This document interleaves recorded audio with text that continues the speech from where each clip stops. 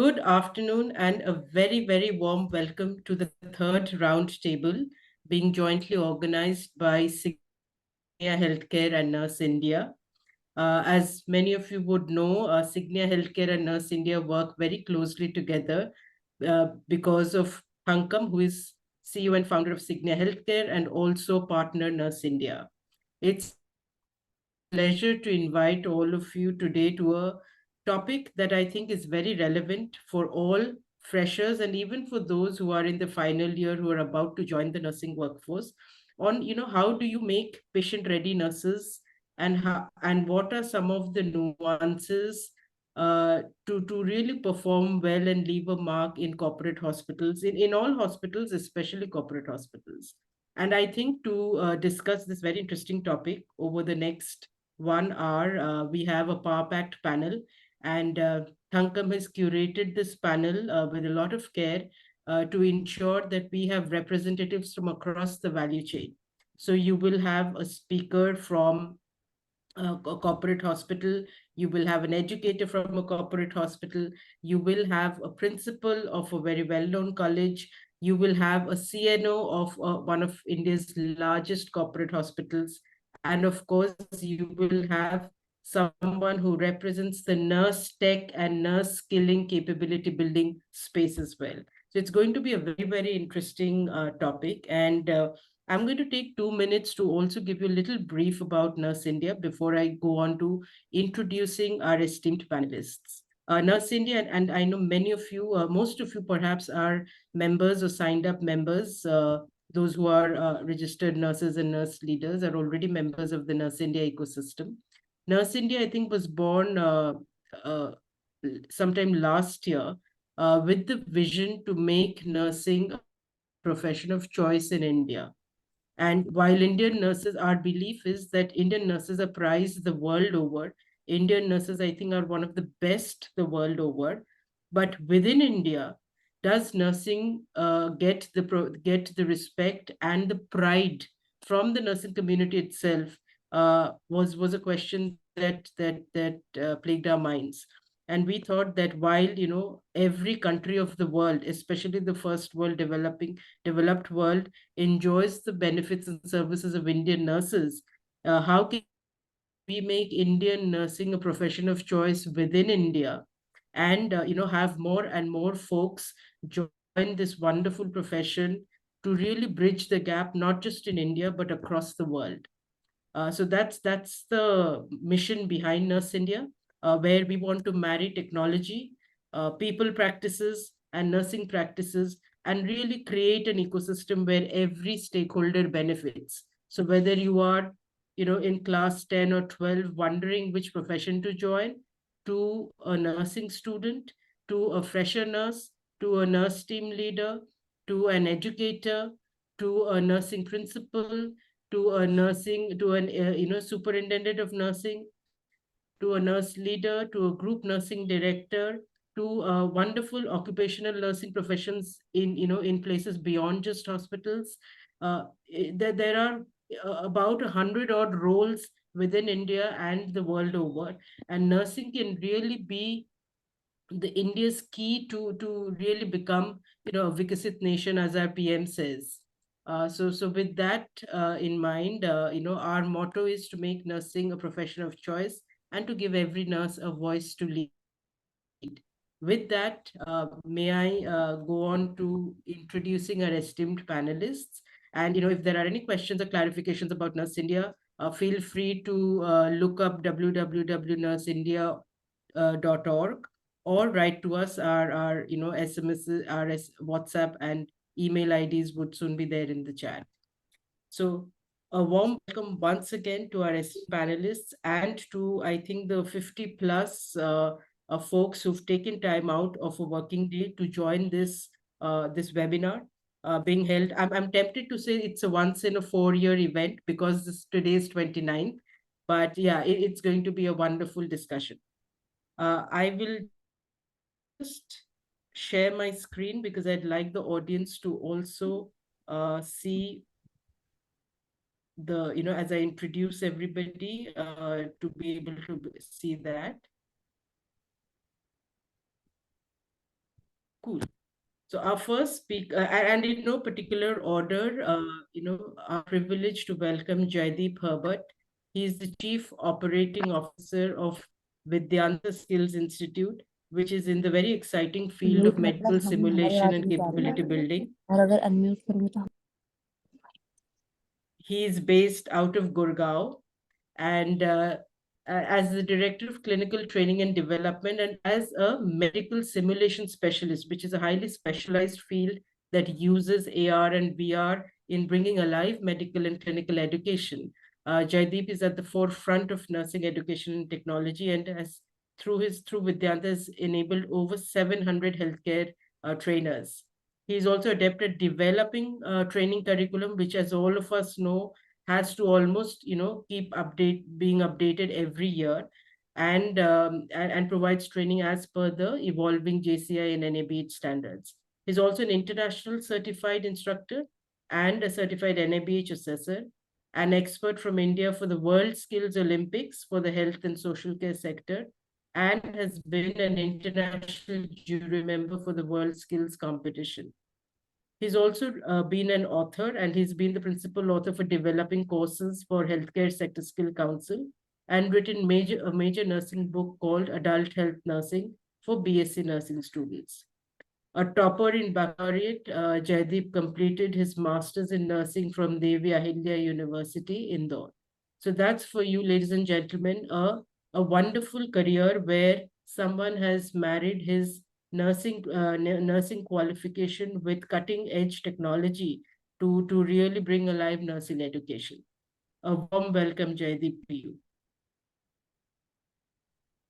Our next speaker, Professor Sonali Jadhav, as she's the dean and principal of the very, very prestigious MS Ramaiah Institute of Education and Research, based out of Bangalore.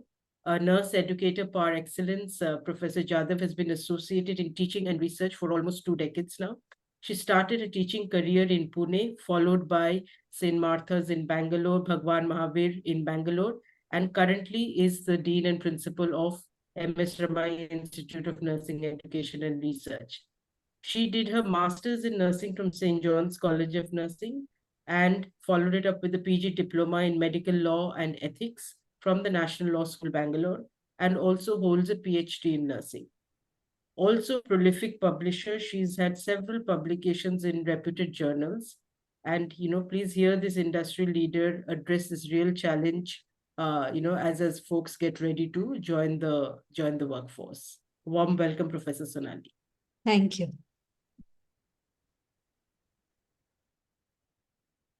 My pleasure to introduce the next speaker, Ishita Chanda. Ishita represents the corporate hospitals from a clinical education side. She is currently the Assistant General Manager Nursing at the wonderful AIG hospitals in Hyderabad. I think many of us had a chance to visit the fantastic hospital that AIG is through Anicon last year. So wonderful there. Ishita has almost, again, 2 decades of track record across academics and industry across the country. Again, someone who really reflects the many different roles that one can get into and how one can straddle between academics and industry.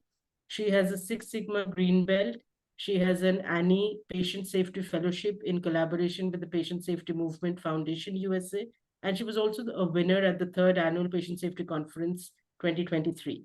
She's also partnered and authored nursing education books. Ishita holds an MSc in nursing from the very prestigious Christian Medical College, Vellore. A very warm welcome to you, Ishita. Thank you, ma'am. Thank you. And last but not the least, Vinod K, who's the director nursing at one of the country's largest corporate hospitals, Medanta Medicity, Gurugram. Again, a decade or more than 2 decades of nursing career. Vinod is what we call a classical, wonderful nursing career spiral. He started off as an individual staff nurse in critical care, moved into OT, then moved into nursing education, and then had a natural progression towards nursing administration.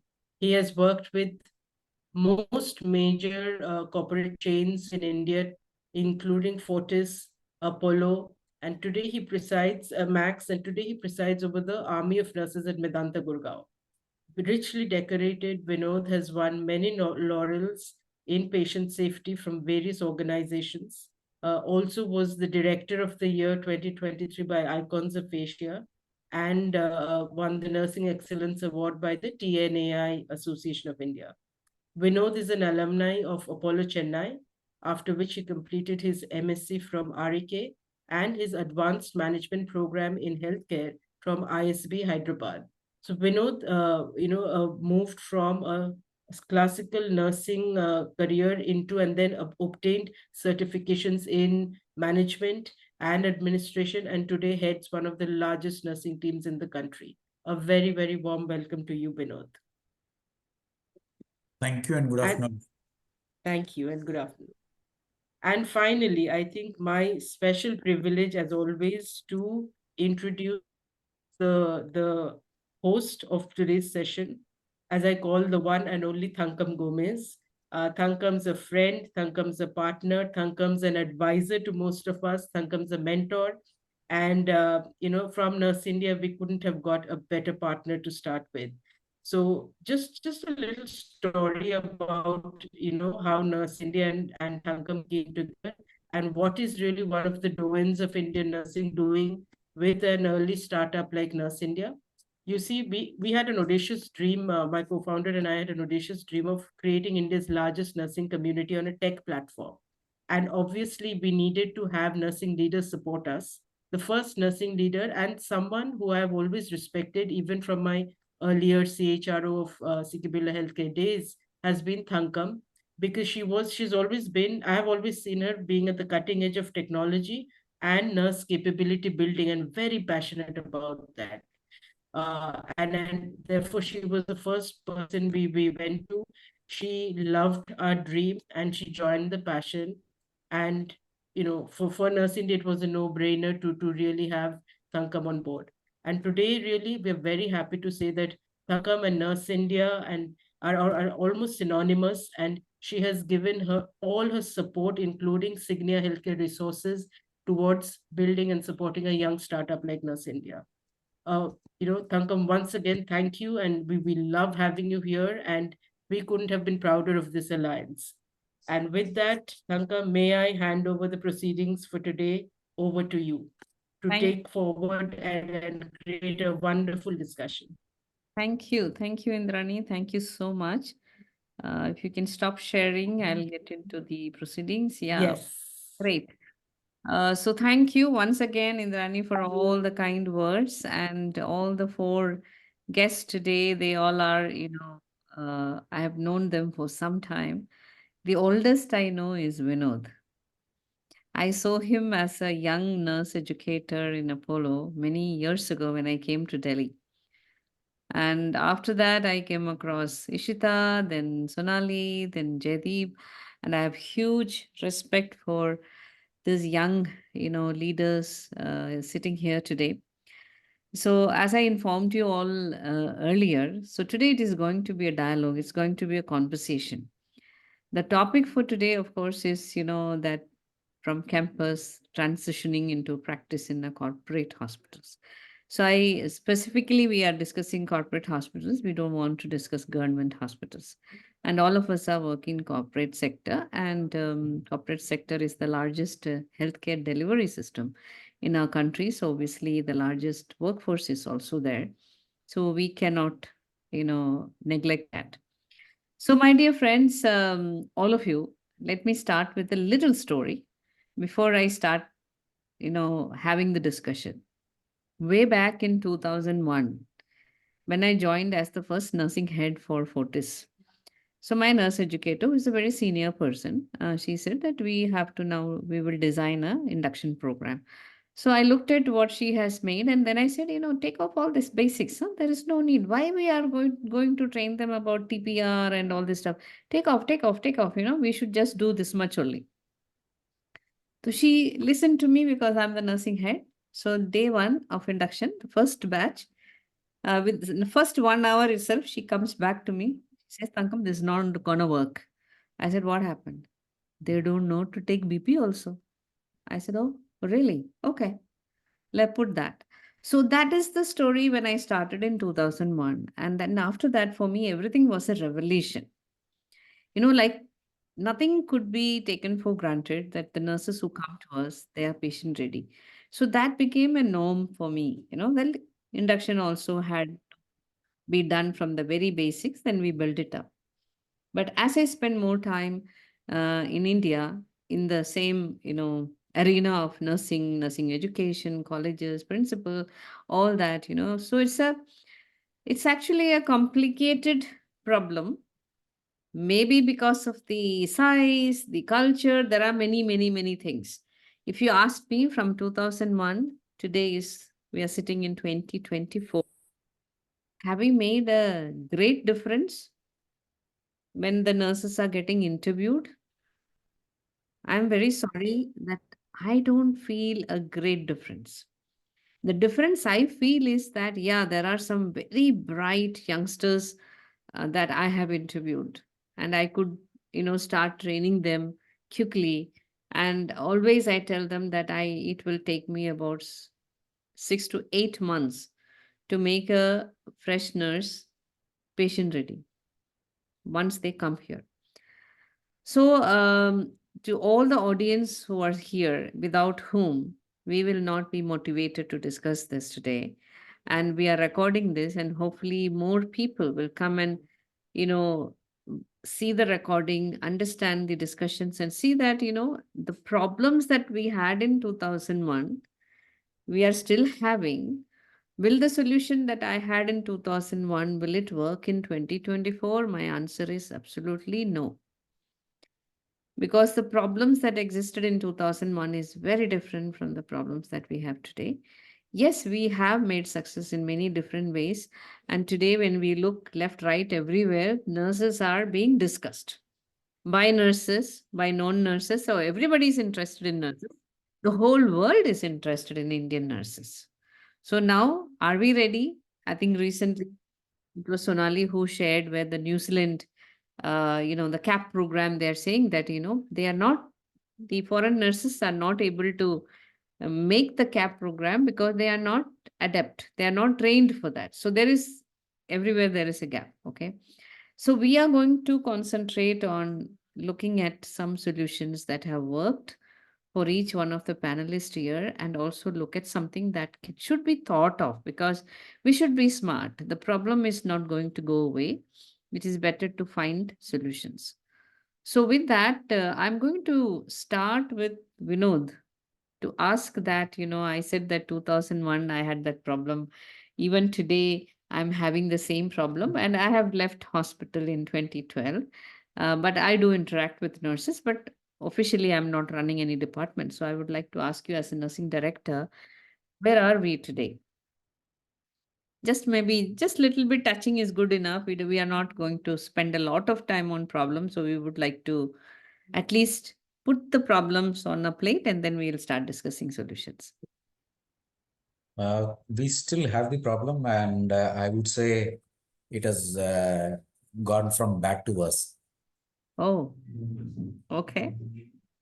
So, because I don't blame the nurses, who are passing out and coming out, from those colleges, because it's not their mistake. It's basically, the education system has to have a huge revolution in our country. Because we still run the, curriculums which are 30, 35 years old. We do not address the gap between the service and the academics.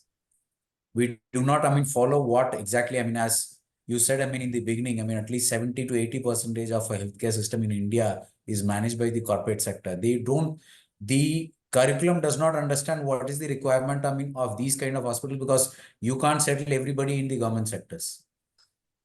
You need, private sectors, and private sectors works on targets.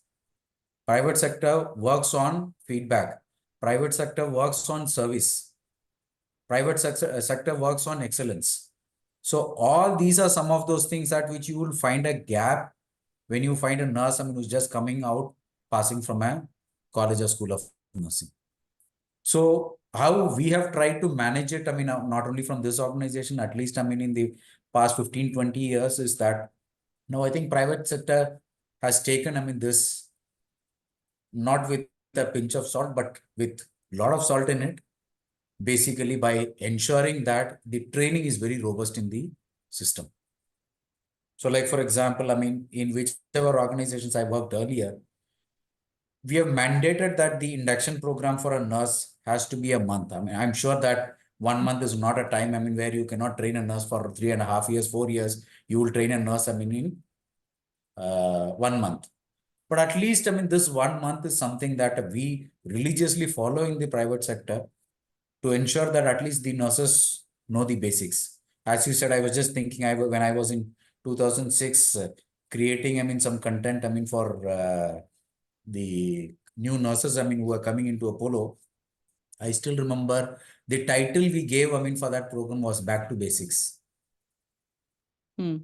So when you said, I mean, that I still remember, I mean, that. So these are, because it is not something that I'm teaching a nurse, I mean, where to handle a robot. I'm teaching a nurse, I mean, how to take blood pressure. I'm teaching a nurse how to give rights to feeding. I'm teaching a nurse how to do a blood sugar. And these are basics. And I mean, we assume that these are basics that which every college will teach or the nurses must be knowing. So it is not that.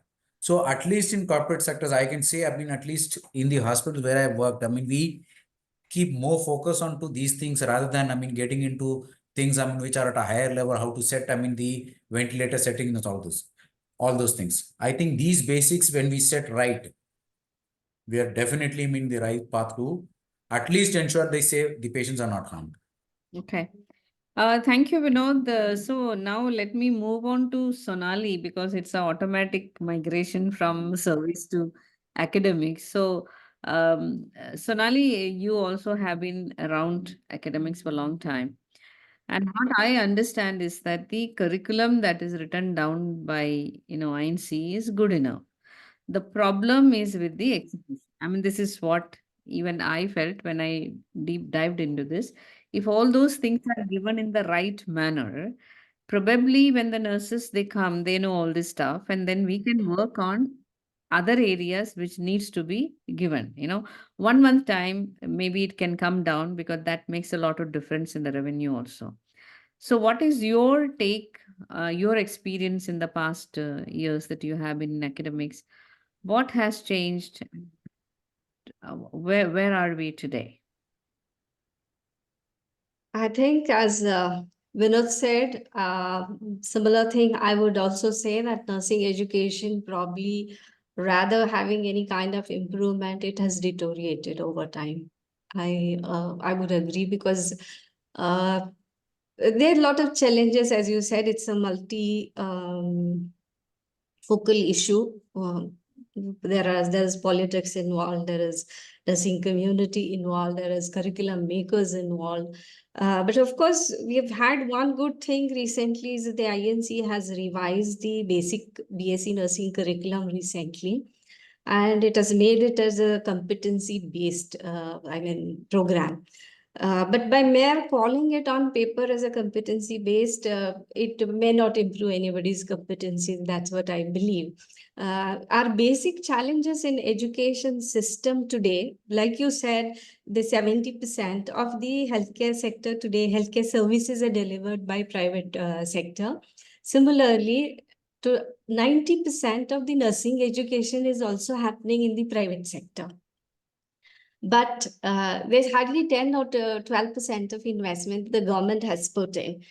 So we lack infrastructure basically in private, although the INC has all the norms, they have not been implemented well across the country. I would say hardly there could be, even if I exaggerate, 20 to 30% of today's all education institutions may be adhering to those norms that are really mandatory, but they are not really checked onto. So that's the reality. That's the problem. We don't have adequate numbers of faculty across nation in most colleges. The quality of faculty is also questionable. There's also no pay regulations for these faculty. So you cannot have quality people coming in when you really have no facilities or provisions of remunerations for them. So I think there's a lot really needs to be done in education sector to improve nursing today. And I would say it starts with, if we're talking about transition to practice, when I was thinking of it, I thought it actually begins at the point, who do you admit to nursing programs? Because, generally you see students taking up nursing are those who have not got admission elsewhere. Or who were really not able to do something elsewhere. That's a large chunk of it. I'm not saying all are like that, but that's a large chunk of it across the private sector colleges today. So one good development which I welcome that has happened is now the INC has stipulated that an entrance examination for admission must happen. And that shall be conducted by the state university, or if it's a private university owned college, the university shall conduct it, or the state government should conduct it.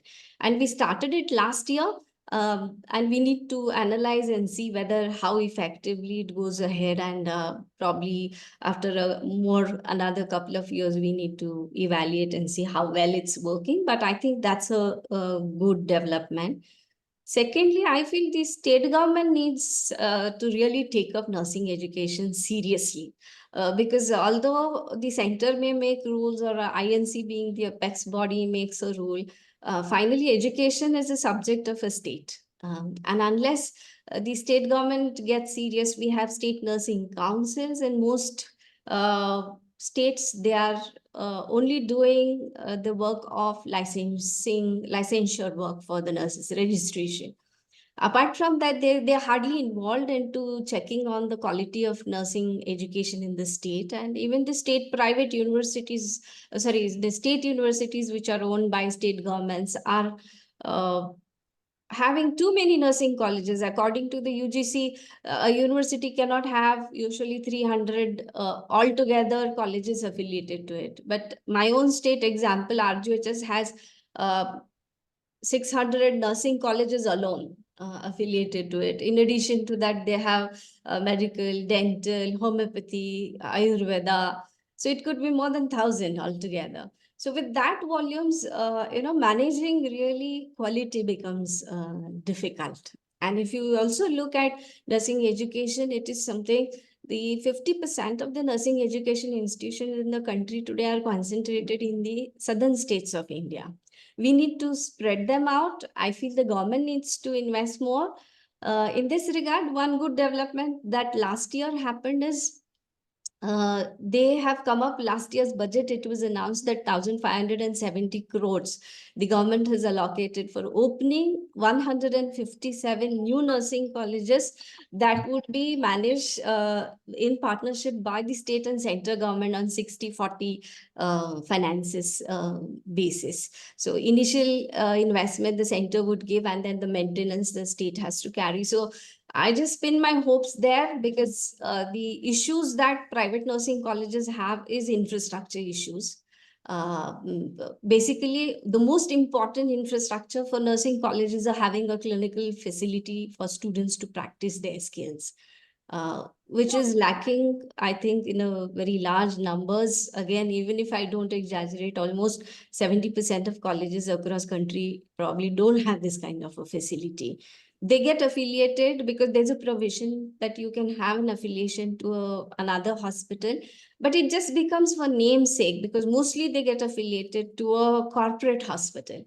And when I am not a part of that corporate hospital, I'm taking my students there, the students become mere observers. And nobody has learned to make sambar by observing, I believe. You'll have to cook sambar by yourself, roll a chapati by yourself, and you make it little bad at first time, and then you learn how to make it correct. So I think the hospital side will have to, it's not that we lack infrastructure of hospitals. I think we have largest number of hospitals across globe in India. But I think even the corporate sector has to think about it. Either they have to have their own nursing colleges where they train nurses well. I recently met the nursing director of Breach Candy Hospital at one event, and she was asking me that we are interested in starting a nursing college. Would you help us out? I said, I mean, that's the most welcome idea. If Breach Candy can have a nursing college, for sure, the quality of nursing will come up.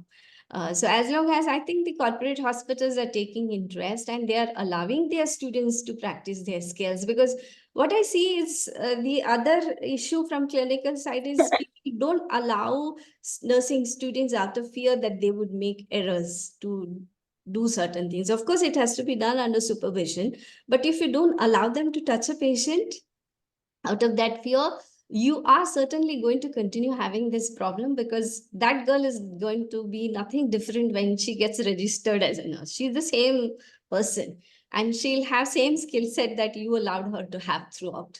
So I think it's a dual thing problem. There is a problem from nursing education institution. There's a problem from hospitals where the students are not able to adequately practice. There are few nursing colleges, probably you can just, I would say 5% who have their teaching hospitals, but a college like mine also suffers, because once we are teaching hospital, once we have a medical college, there's again a competition between medical students and nursing students to get to practice skills.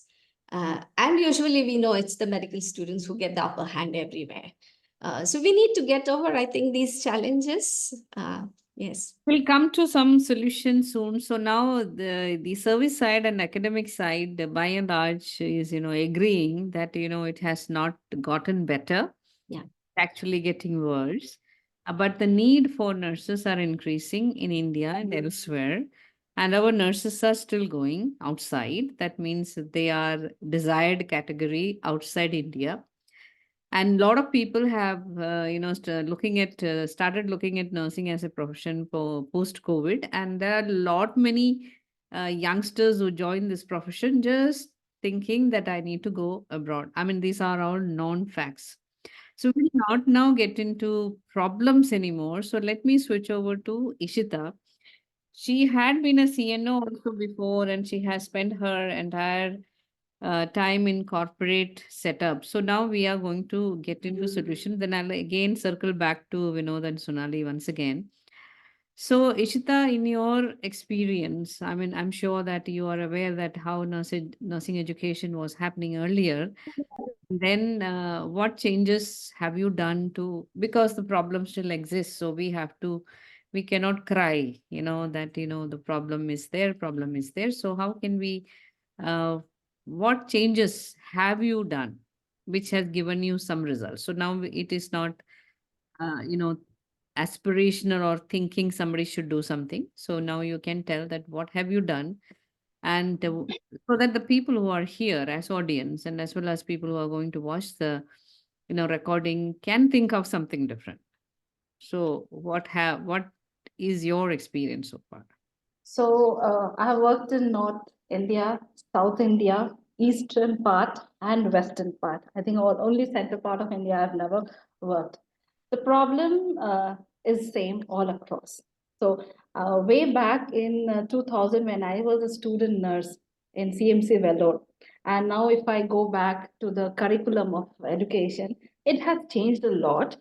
But nevertheless, as we all agreed that corporate demands something extra. We are all are patient centric, definitely, but here patient delight also adds on more. So what we have done in AIG is, like, I'll just share you our work. What we have done is, last year when I joined, and today when I'm a year later, I see a lot of things that we can change and we can do. So as Mr. Vinod was telling about the induction, yes, induction plays a crucial role, and ours is also starting from the basics. See, I have to understand nurses will come and go. Attrition is a part of life. I think we cannot think, oh, why did I just inducted last month and this girl has gone? Okay, we have to accept the reality.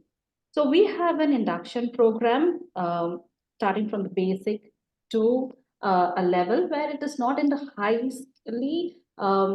critical areas, but at least the basics that all the nurses should know. We involved a lot of team members, okay, like taking about your clinical pharmacists, dietitians, and everybody. Now, when this nurse, novice nurse, comes to a corporate, maybe he or she has not come across this multidisciplinary team people. So what happened if they should know the team members? So know me or who am I? That is something. We make them aware about the surrounding first. So the physical structure, the dress code, the certain team members whom you will be coming across in the rounds. So first we make them like a friends, like a circle sort of. Okay, so dietitians comes, clinical pharmacists come, and this is how their roles are defined. We also have started like skill setting stations, which was not there previously. In induction, basic, as Mr. Vinod was telling about the vital signs, we have a stations for vital signs. So we tell them that what have you learned? You just demonstrate that. So we know that our hospital or each hospital has a protocol. So we want certain things like, disinfecting the material that we use, disinfectants or anything that we tell them. So they come, they demonstrate, we do again, like we check on the checkpoint. So we have checkpoints on each skills that the nurses, first we demonstrate and then they do a return demonstration. Then something again is our hospital have like we have switched to EMR now. Now this is something a challenge for us. So we have started giving training on technology based, how to use the app in the mobile, and also how to use it with the tabs or the cows that we have it, how to save it. Now what we do it is we take up any procedure and make videos, short videos, not a lengthy video.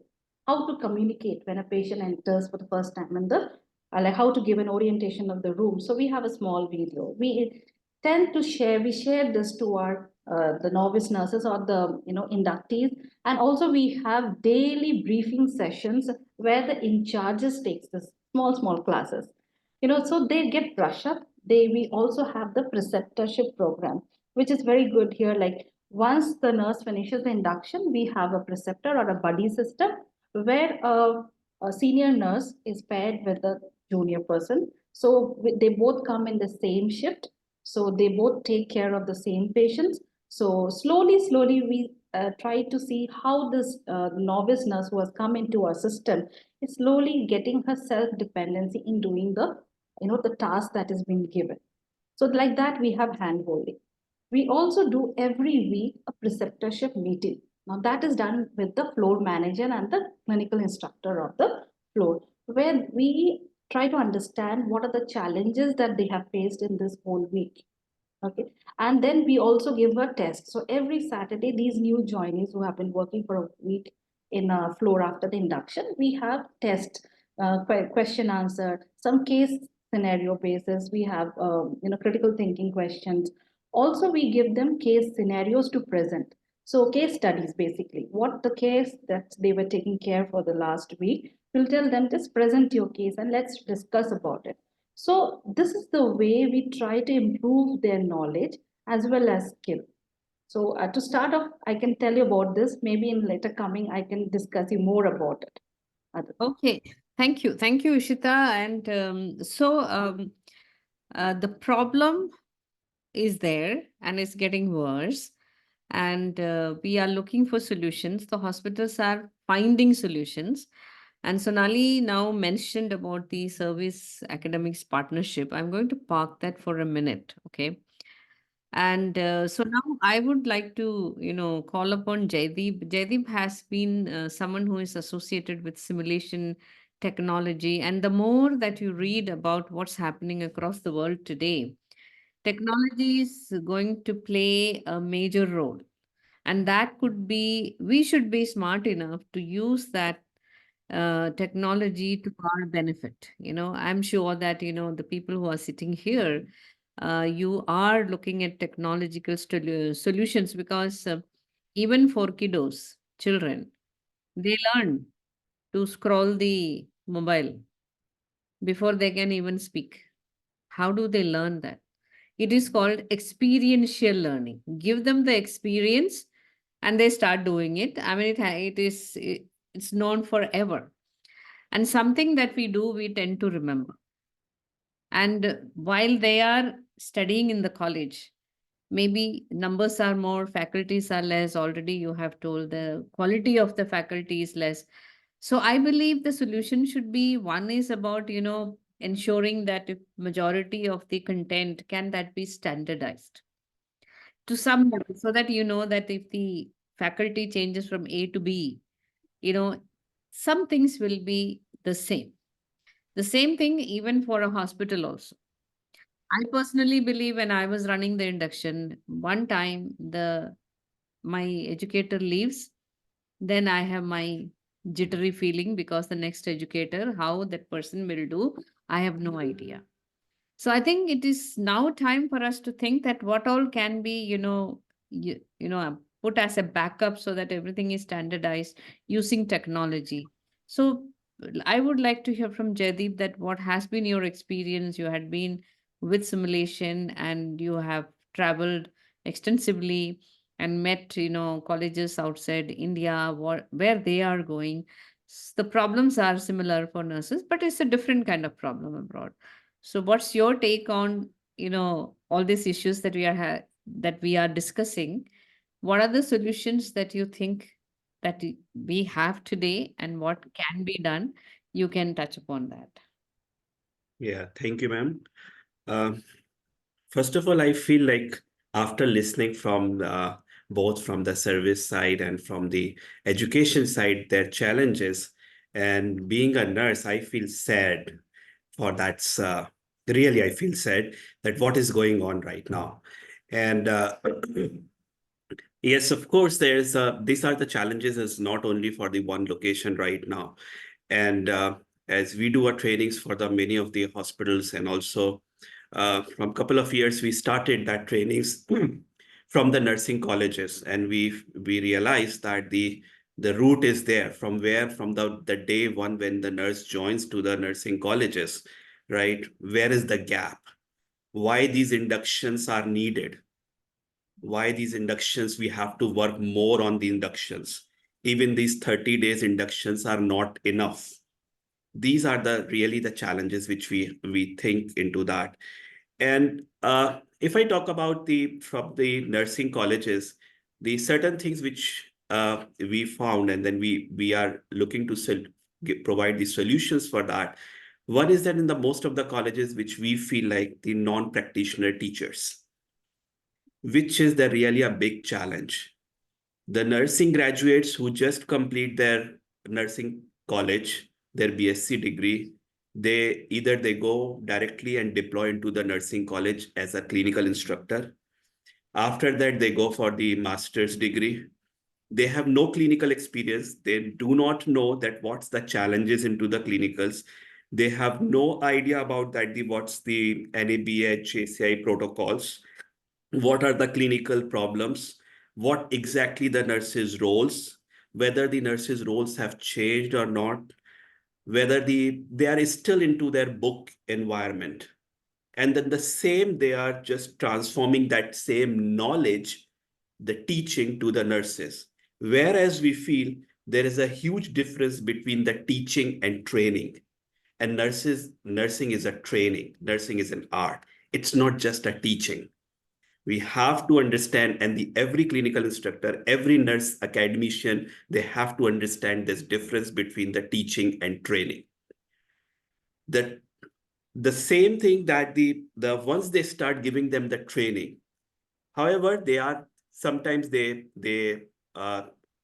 face some of the challenges for they do not have the infrastructure, they do not have the labs. But yes, of course, as per the respective Indian Nursing Council, they give them the labs criteria, and every college we see they are having the labs. Whether still they are using the old stuff in their labs or the new, doesn't matter, but they have. But the thing is that the teachers, they have to understand that how to deliver the training to those nurses into those labs. What is the purpose of that labs? That labs are the skills lab, the simulation lab. The simulation means that's a replication of the reality, but that labs convert into their own way.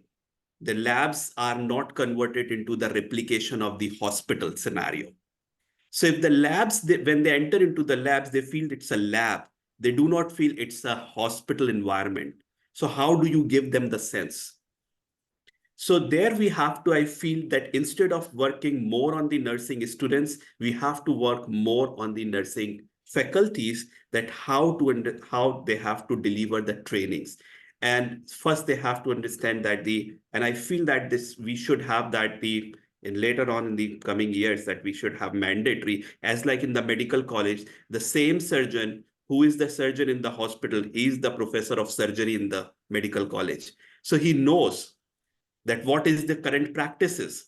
He can deliver the same things to the students, whereas our faculties also have to get that. So for that, I feel like we should have that the programs, and we have the certain programs for the faculties, that how to deliver that the scenario-based training, simulation-based curriculum. The new Indian Nursing Council curriculum talks more about the simulation and skills-based and competency, but it should not be just the theory-based. Please do not turn into that. Everybody talks about the OSCE and how they are doing the OSCE. They just go on the station and they just ask the questions. No, that's not an OSCE. They are doing the wrong practices. You have to ask them to perform. So that's the hands-on. If I come to that, the service side, and if I say that, yes, Vinod sir talk about that, the induction program, right? And as Ishita said, that the induction program, they are trying to change it. And that's the important thing, that induction has to be turn off from the didactic to the hands-on. The PPT-based induction is not effective. For us, even if today, if somebody gave us that full day, the PPT lectures, how much do we absorb? No, nothing. Half of the time our mind is out. And how do we remember? No, it has to be hands-on induction program, because that's the reason for the induction. The induction is needed because we want them to at least learn as he said, the back to basics. They were having that concept. At least we are thinking for that. Right now, they should learn the basic. They should have the basic nursing skills so they can go and deploy into the respective area and they can do the care. So to train them into that basics, we should have the induction, which is the hands-on induction program. We have to just get away from that, the PPT-based induction program, which they forget after some time. But if they do, they will always remember. And second thing, which we can add on that, it should be the scenario-based induction program, which we have to tell them, this happened. If you do this, what happened? If you do this, what happened? We have to teach them, train them through the errors, that what happened. They should not go and find out those errors into the reality. They should not do that errors. We have to make them to do the errors into this environment, which we are giving you this environment, which is the simulation based, or we can say the scenario based. So I think these are the solutions which I can look as for the competency and the skills, how we can develop the nurses, beat into the nursing college from the ground, and also into the service side when they come into the hospitals. Also, we can make it more effective into that. Thank you there, Jaideep. And now taking on what Sonali was mentioning, there's a problem that students are not allowed to do anything when they come to corporate hospitals. So I know that Vinod is the only person and Ishita, both are coming from corporate hospitals. So I would like to hear, what is our challenge in getting students to come and experience, because this is something that beats me, because I heard that the corporate hospitals will not take a nurse who has given exam and waiting for the results and for waiting for the registration of the council. And there is definitely, we are guaranteeing knowledge decay, we are guaranteeing skill decay by giving that gap to them. Because whatever little that they have learned in that waiting period of 6 to 8 months, it will be gone. So as leaders, are we being smart? So what is that stopping us from giving them the opportunity? So I would like to first hear from the nursing director, and then I will move on to Ishita to see how can we crack this? Okay, so the first question, first part of the question, maybe the corporate, hospitals not allowing the students to practice on. it is a challenge, but I don't want to be pessimistic on that because I studied nursing from a corporate. I did my nursing from Apollo, and I'm sitting here today. So it definitely gave me an opportunity. I don't think, I mean, if my basics were not right, I would not be sitting here today. So it's not that, I mean, they don't give an opportunity. Yes, there needs to be a supervision. There needs to be a continuous monitoring of these people. And there needs to be accountability, I mean, from the person who's taking these people under the supervision. So it's not that they don't allow. Yes, definitely patients would have a concern in somebody, I mean, who's just a trainee practicing on them, like for example, giving a feed or giving medication, because they have their own fear. But definitely it is not something that which will completely stop them from practicing, I mean, thing. It is only that a supervision. I mean, we of course do it. And the second part of question, I mean, what you asked, I mean, regarding the nurses not being employed before they get their registration and these things.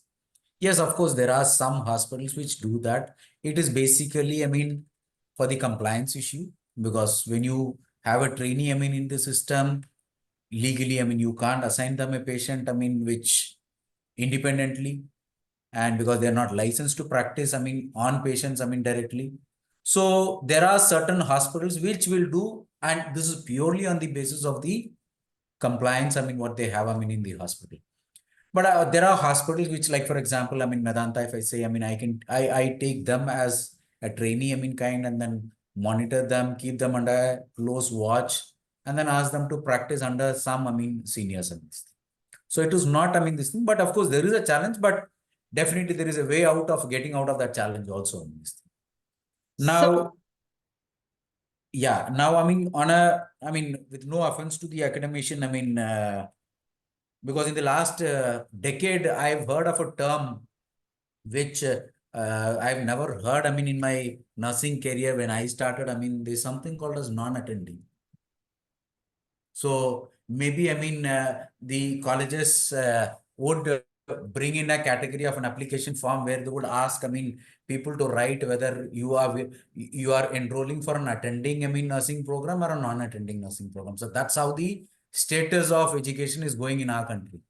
Because, and added to that burden, I mean, we had COVID. I mean, we know what happened, I mean, during the COVID status of the education, I mean, what we had for healthcare. And definitely I go with Dr. Sonali when she said, you can't make samba by doing observation.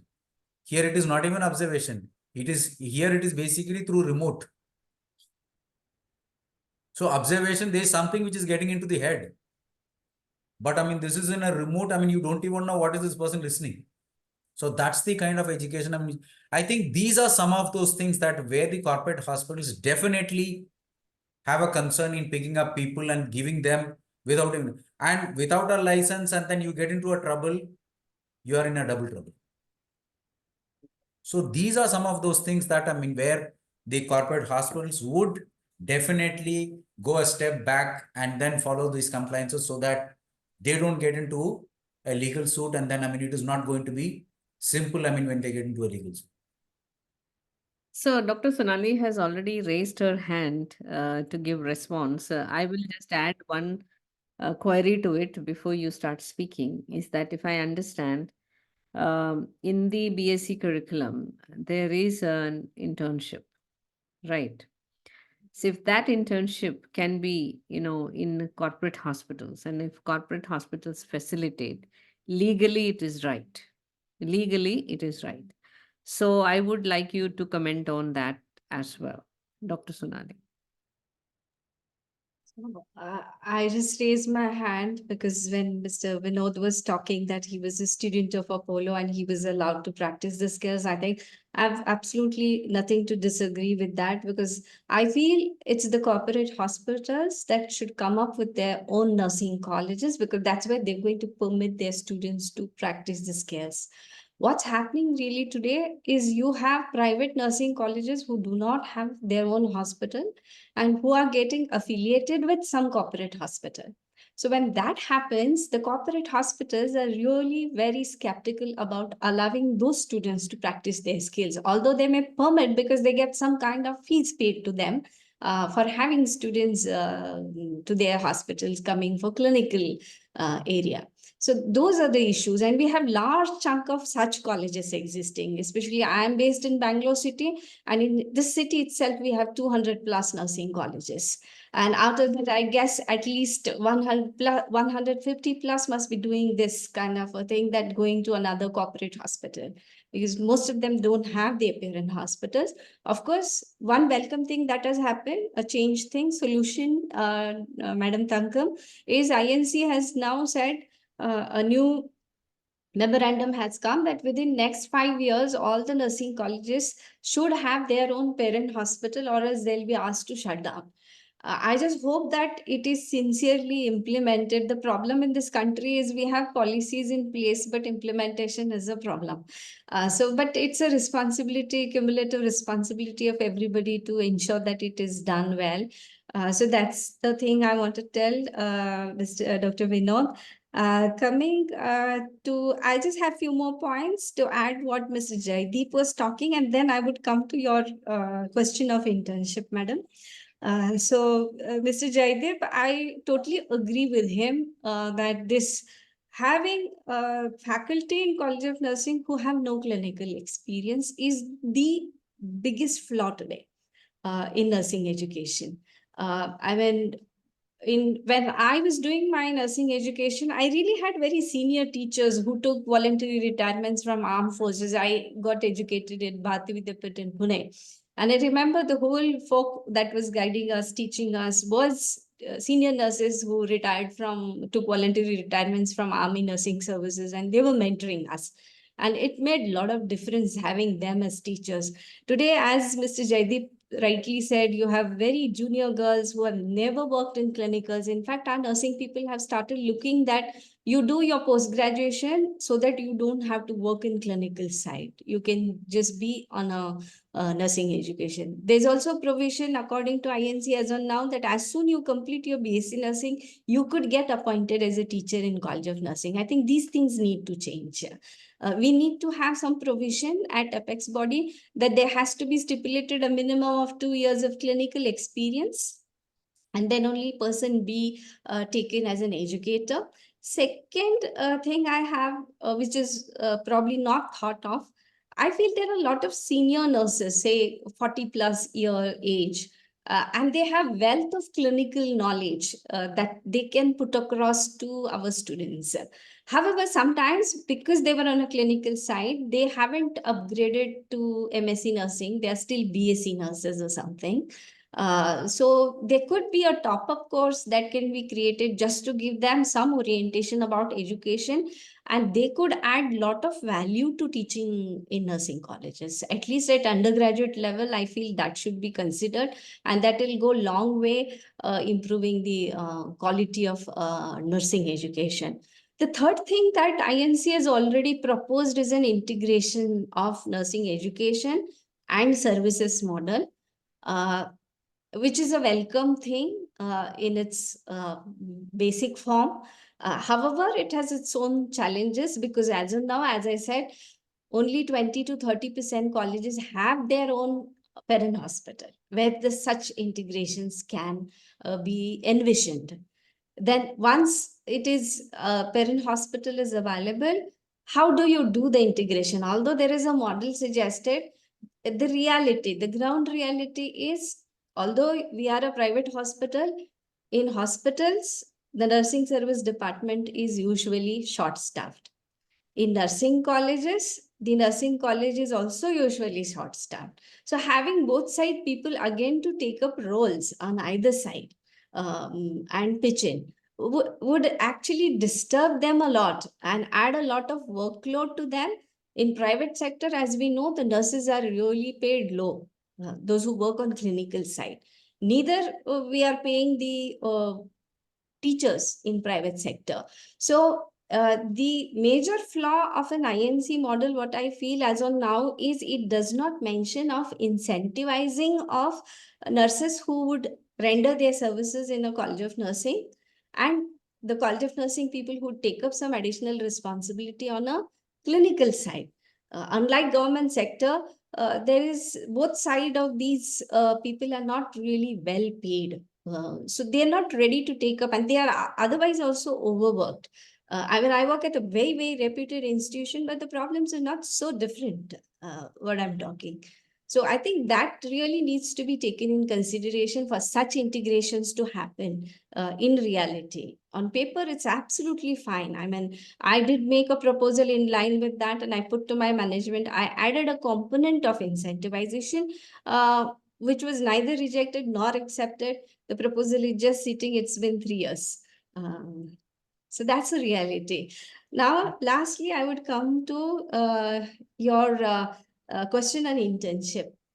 I think this having an internship in nursing curriculum is something, a very good thing that INC has added. The last 6 months is an internship, but it again depends on a nursing education institution, how well they use this opportunity, because you kind of orient a student nurse who's going to transition to a role of staff nurse by putting her in the hospital and having her to do all 3 different kinds of shifts in rotation, having few patients that can be assigned to her, which she can do under the preceptorship of a senior nurse, and also one faculty who could be in charge of their welfare at the clinical side. That's how we do it at our place, that we have one faculty in charge from College of Nursing.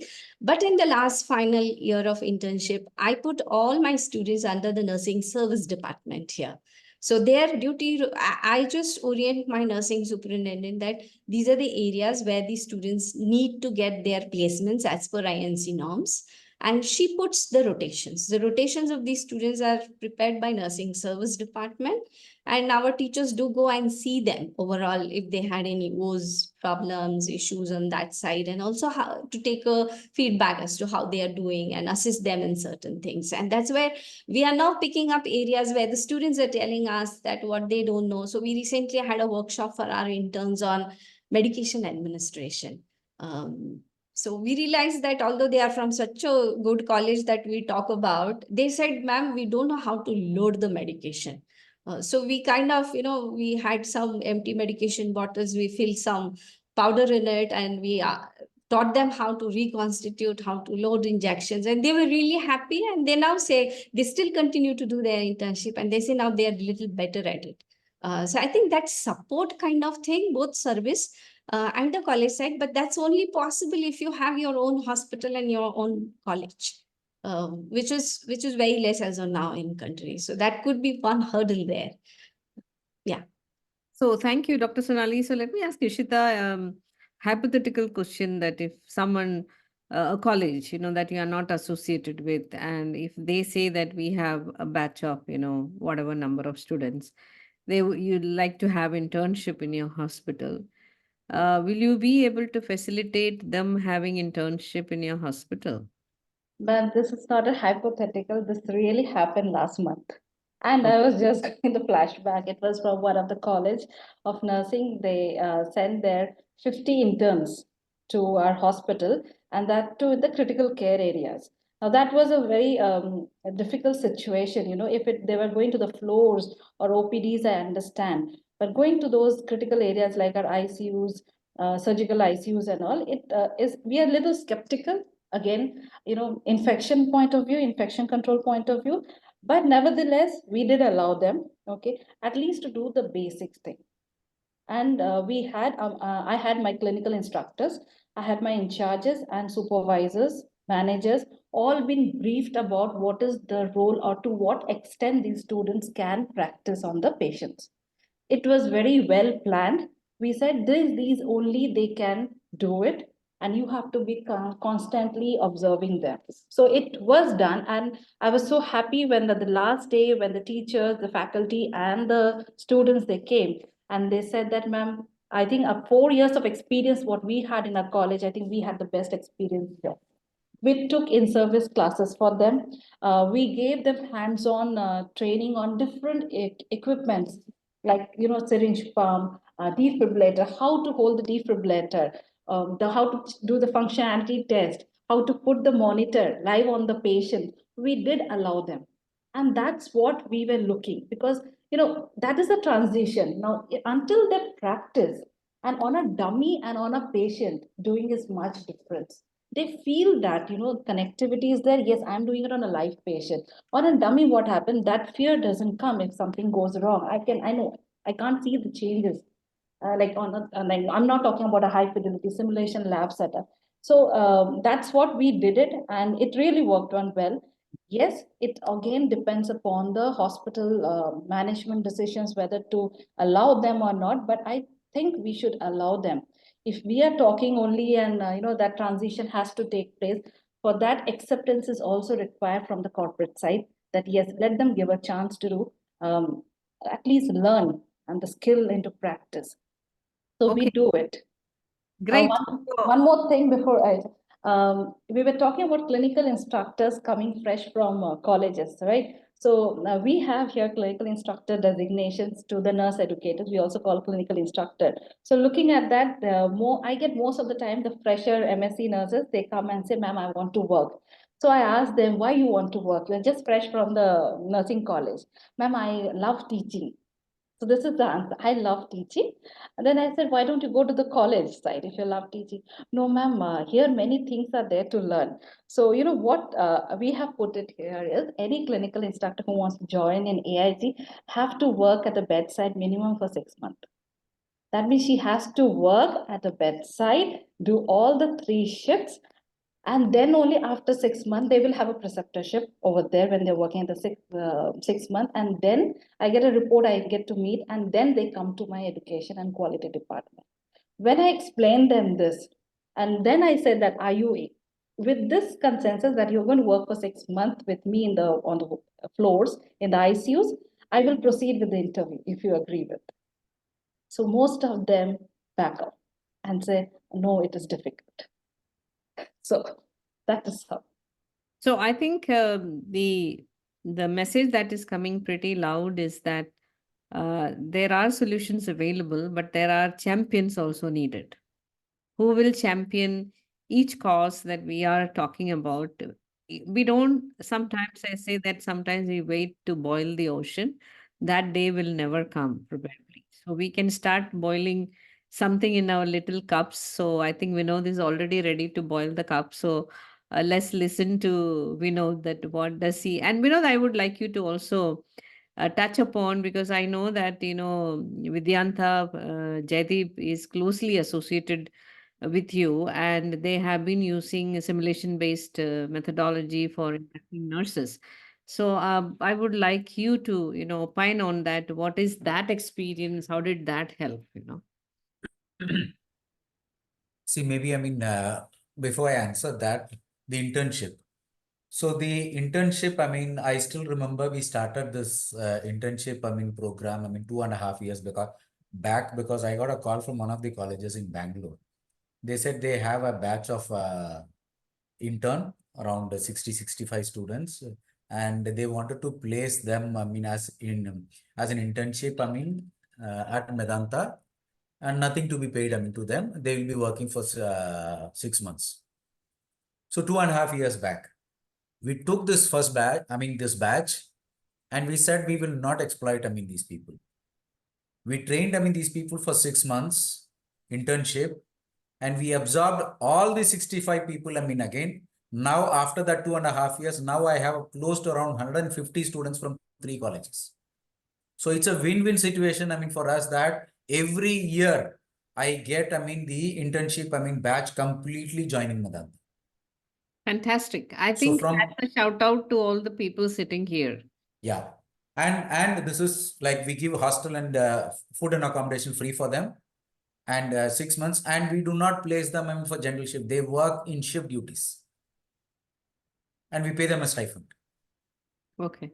And not a single candidate in the last 2-3 batches, not a single person has dropped out. After their internship, they have come back, they've joined as staff nurses at Medanta. Wow. That's really, really very welcoming and very encouraging. So before Sonali raised her hand, but then I would like both Jaideep and Vinod to Yeah. talk a little bit about using technology and simulation as a way of, inducting nurses, or, ensuring even the special skills that is required for nurses, How can this part, can be utilized? Yeah. I'm See, not I think, talking about high fidelity. We'll park that. High yeah, fidelity is not affordable to almost everyone. So yeah. yes. No, I think, I mean, for this generation, I mean, teaching and learning experience has to be very, what to say, very experiential. I mean, rather than, I mean, making them sitting in the classroom and listening to a PowerPoint presentation, I think. I mean, with that kind of a mindset, I mean, what people come with, I'm using the technology and creating an environment for them to learn. I mean, these things has improved a lot. I mean, we actually, I mean, started at Gurgaon, I mean, the Vidyanta sessions. Now we have rolled it out across, I mean, all Medanta. So this definitely, I mean, and the good part is that I think Jaideep and his team, they come and do a practically outcome-based, I mean, teaching on these things, that they go on to the ground and they actually, I mean, monitor these people to see what they are performing on ground. So which actually, I mean, gives us an advantage of ensuring that, I mean, they go back and then, so they find that these are the gaps we find in these people. And these are some of those things that which they customize, I mean, to their teachings, I mean, in the classrooms also. I think it is a wonderful thing. And it is not that, I mean, Medanta has got money and then we do, I mean, these things. It has definitely paid price. I mean, because even when you look at the satisfaction and the confidence level of nurses, once they go through this program and then they get the independent assignments on ground, you will definitely find a difference, that the confidence level and the practice, I mean, what they do on ground.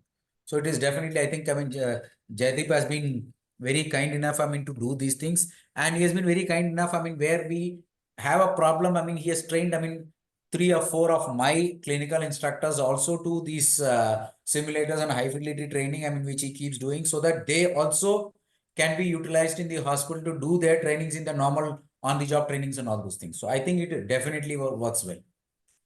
Great. So that reminds me, thank you so much, Vinod. So that's another area I want to touch upon.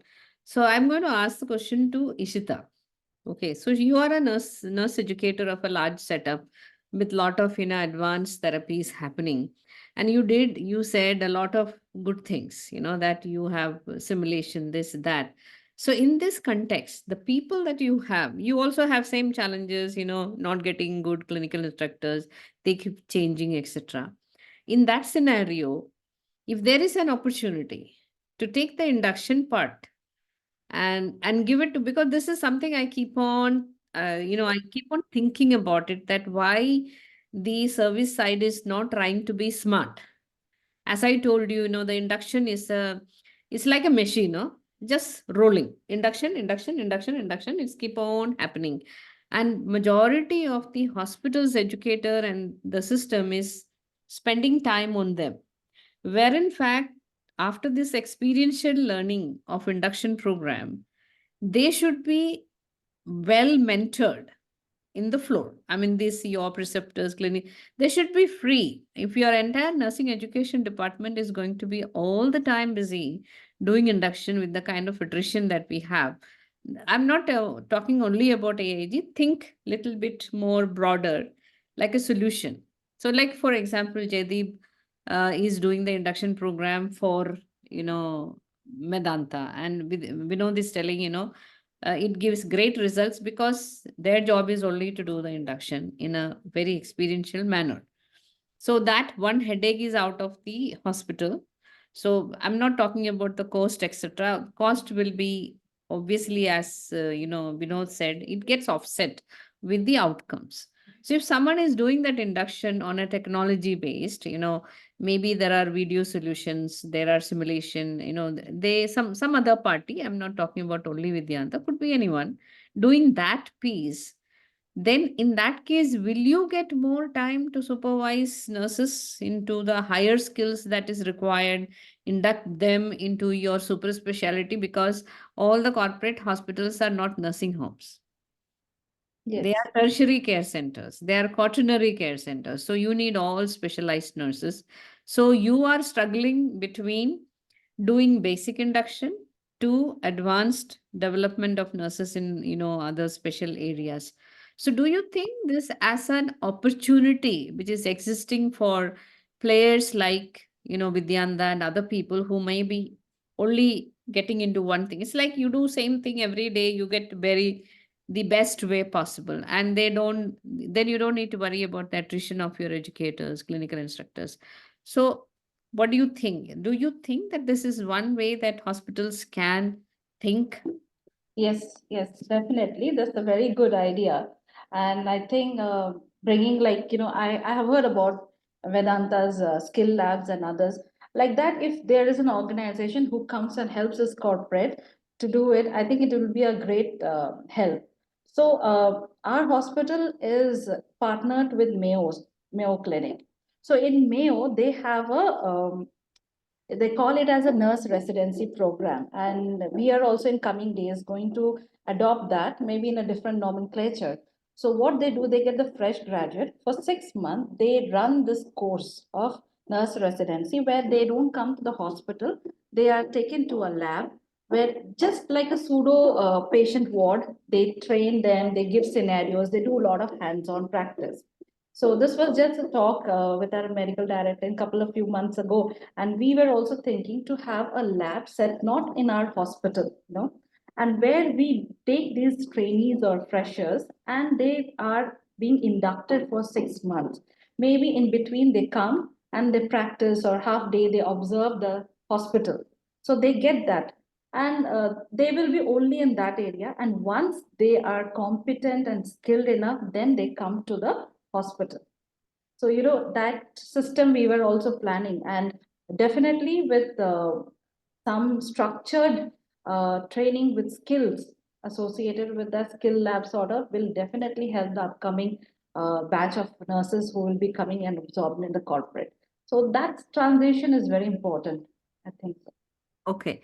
6 months, I don't know. I have studied the CAP program of New Zealand because I was almost going there to do my CAP, so I studied it at length. Of course, I'm an experienced nurse. I was going to do that.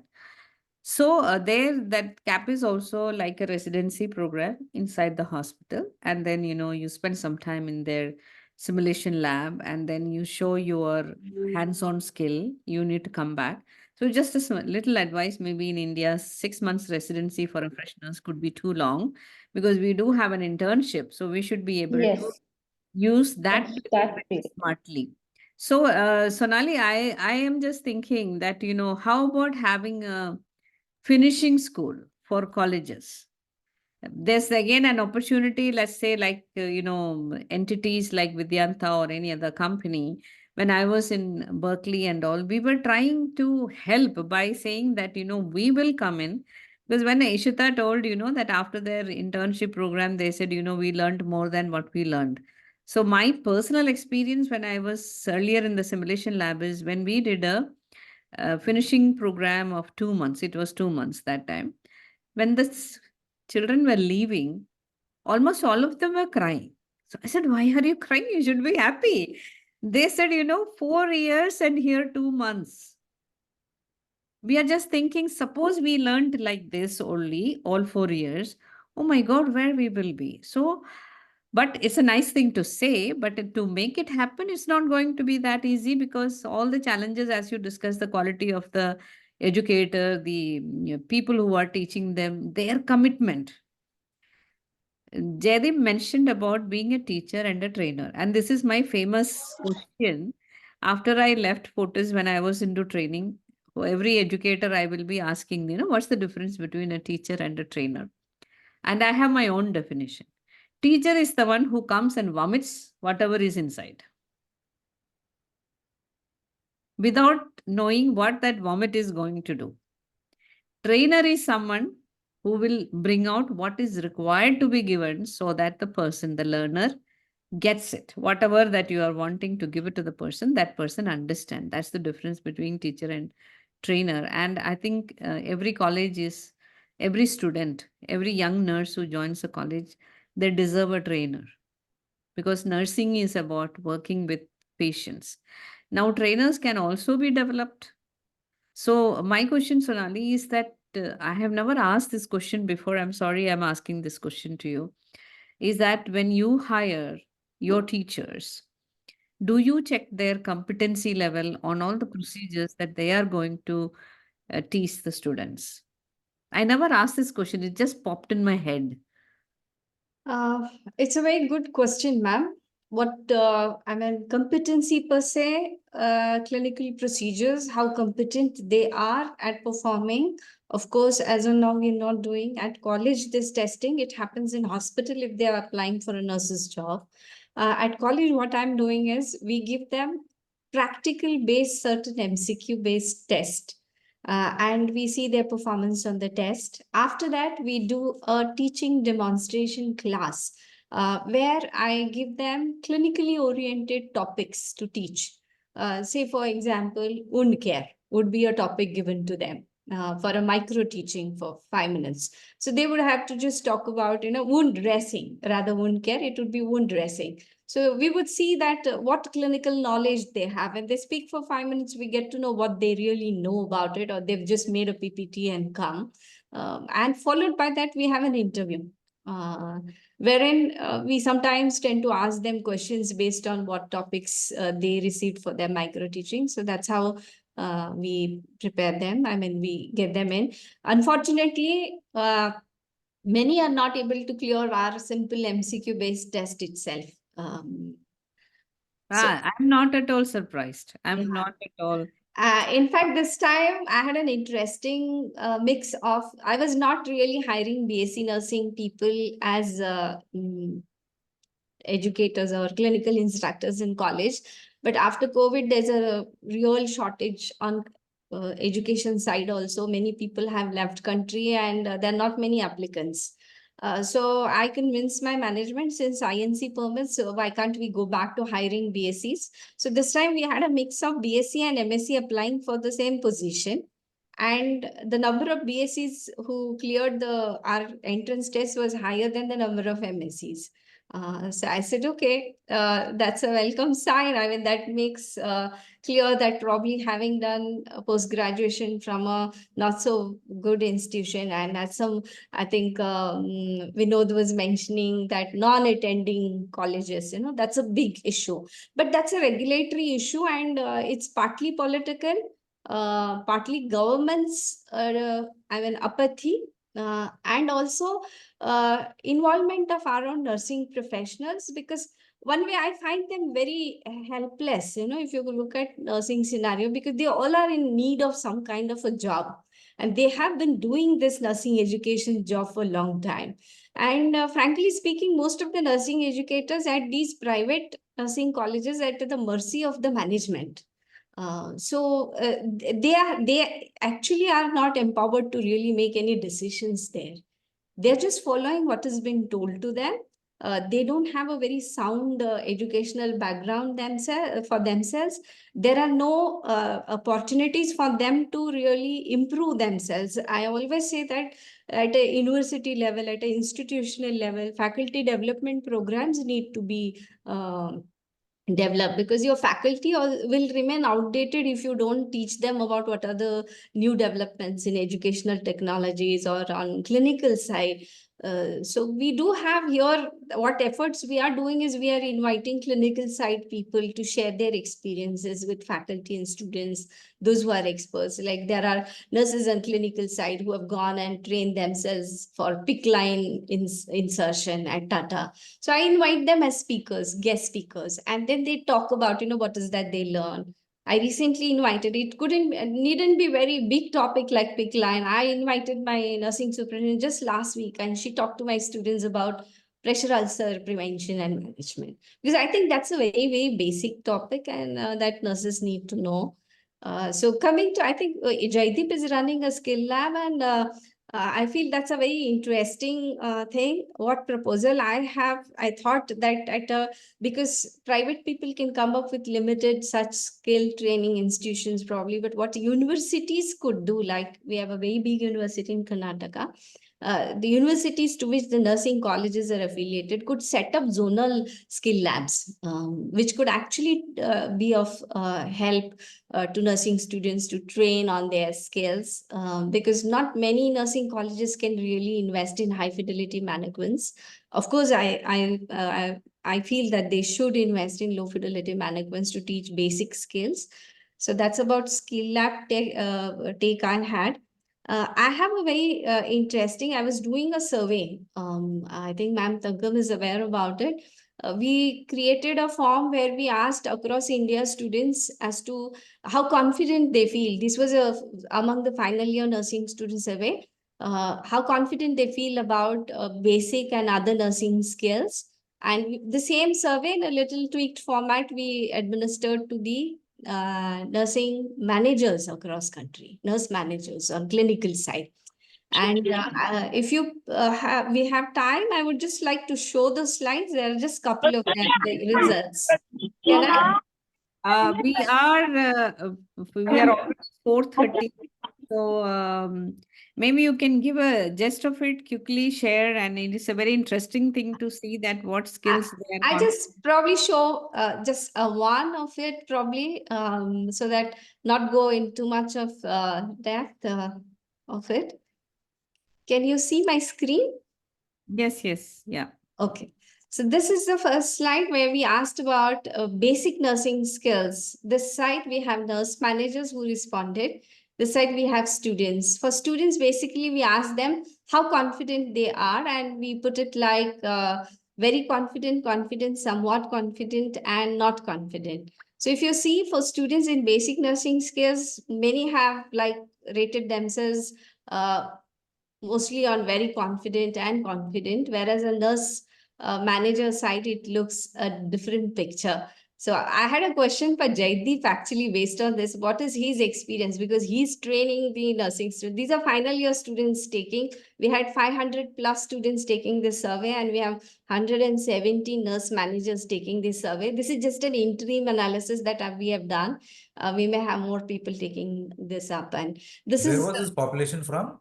Which type of this is hospital? across India, but mostly it is actually from 2-3 southern states, and I do have people coming in from other states, all other states, but there are No, numbers are are very these few. nurse managers from a government setup?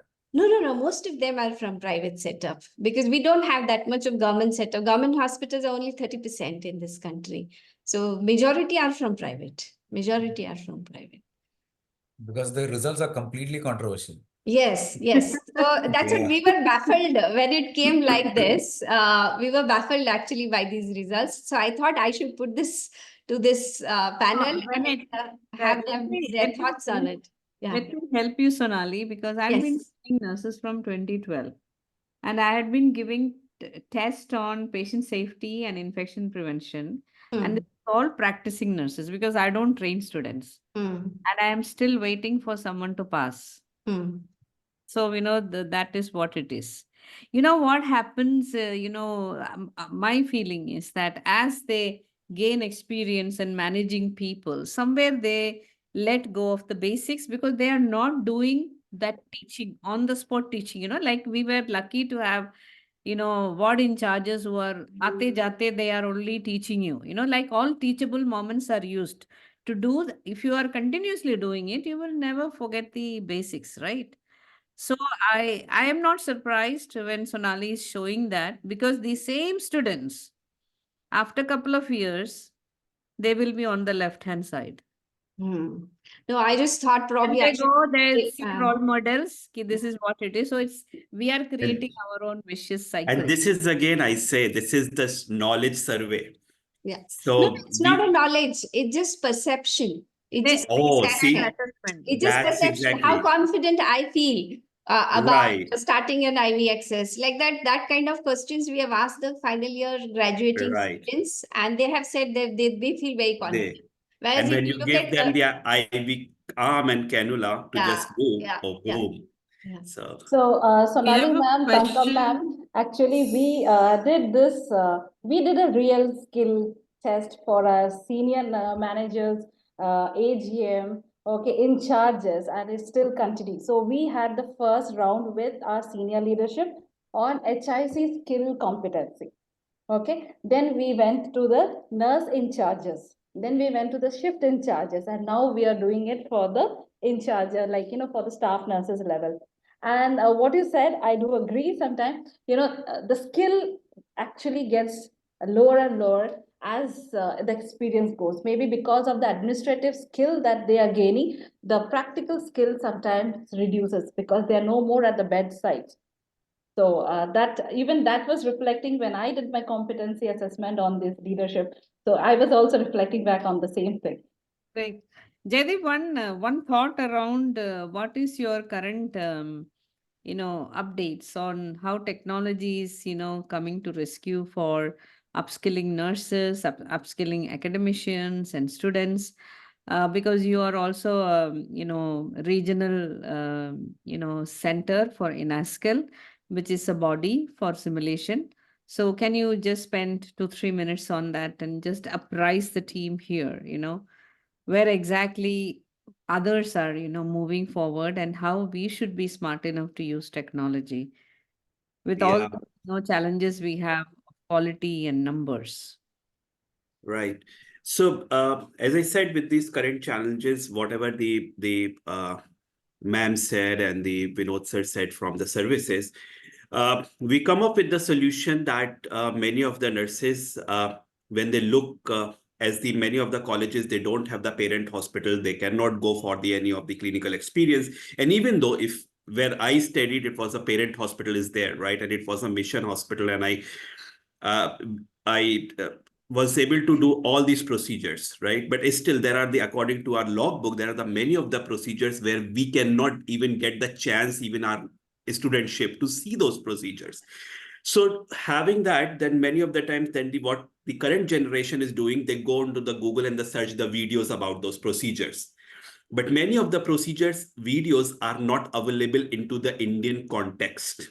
The videos are available into the Western concepts with their Western context, with their own equipments, in their own language, in their own accents. So we have come up with the solution, which we call it's a power of observation, Logbook. and with that the video solution in the Indian context.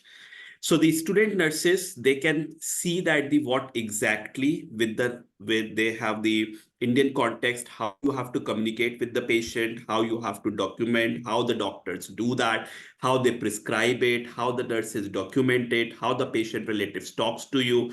And also along with that, which is important that they should also see the similar equipments which we use into our Indian context.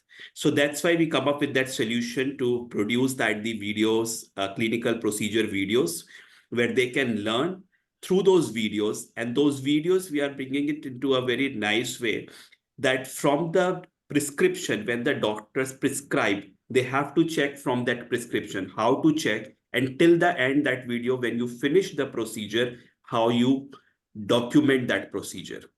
And also, we added into the few things into that videos that what are the common errors which nurses do in particular procedure. So that is also the part of that video. After you watch the one video, then you also see another video related to the same procedure. What are the common errors which nurses usually do? And we did that study and we found out the many researches on that, the power of observation. When they watch many times, when they get it that the same real scenario in their real situation, they immediately remember it. Oh, this I watched, this might happen. Because many of the procedures you cannot practice. Even in your labs, you can practice 1 time, 2 times, 3 times. But those videos can help you to recall that procedure many times. So we added that the clinical procedures, communication skills, clinical skills, and behavioral skills, the 3 components we added into those videos. So even if in between you have to talk to the doctor, if you have to talk to the patient relatives, how do you talk? What do you talk? What do you say? How do you communicate? So these 3 components we consider. So I think this new generation, those are the gadget familiar. It's easy for them whenever they travel, whether they are in the colleges, they can use it, they can watch it and learn as per the Indian contexts. So that is the recent solution we come up with these nursing students. Yeah, that's an excellent observation. So now recently I read about, virtual mentors. Like, for example, let me draw a picture. I'm not working, I'm at home. So I have been, taken by Vinod as a virtual mentor. So what happens? I'm available on the video to actually see what the nurse is doing. That is one way of doing it. Or you are using all these retired, experienced nurses to as virtual, nurses for their patients. So they orient the patient on the time of admission. They give discharge teachings. Now that's a business opportunity as well. Nobody has yet started, but it is very frequently being cited by almost all the hospitals from, at least from US, all the articles that are coming, that lot of, hospitals there, they are using this population of nurses who are experienced and who are not able to do their full-time job. And they are retired. I mean, but they are still active. So why not tap that, talent which is there by academicians, and as well as from hospitals? Even colleges can invite those nurses, to come virtual and, share their experience on certain topic. If you have a, let's say, an oncology nurse who is retired and sitting, she can always come and tell how to prevent extravasation. What do you do? I mean, if that's the topic, we need to think a little differently and utilize what is happening in today's world a little bit more smartly. This is what I feel. Otherwise, we will be talking in every webinar, this is what it is, and we cannot change the government for sure, but we can appeal. Definitely, we can appeal. So I would definitely request Indrani to help to put all the things that we discussed into some form of a, letter, some write up, then we can send to some people. Bindu had raised her hand for quite some time, so I would like to ask her that you have something to share, Bindu, or is it action based hand going up? Thing I wanted to say, sorry. It's about the students' competency assessment you said, no? Yes. So actually the logbook is basically speaking about that. First year, there is a set of procedures that they have to be demonstrated by the instructor. And in the hospital, they had to learn and return demonstrate to the clinical instructor back. And then they give signature with the date. So the teacher demonstrates in the fundamentals of nursing or advanced nursing practice lab. The students practice it there itself and return demonstrates in the lab. Then they take it to the patient and use to return demonstrate. At least I know for quite a long time that's what we practiced and our students used to practice. So maybe there is some change occurred or so. That is actually competency assessment from first year to fourth year.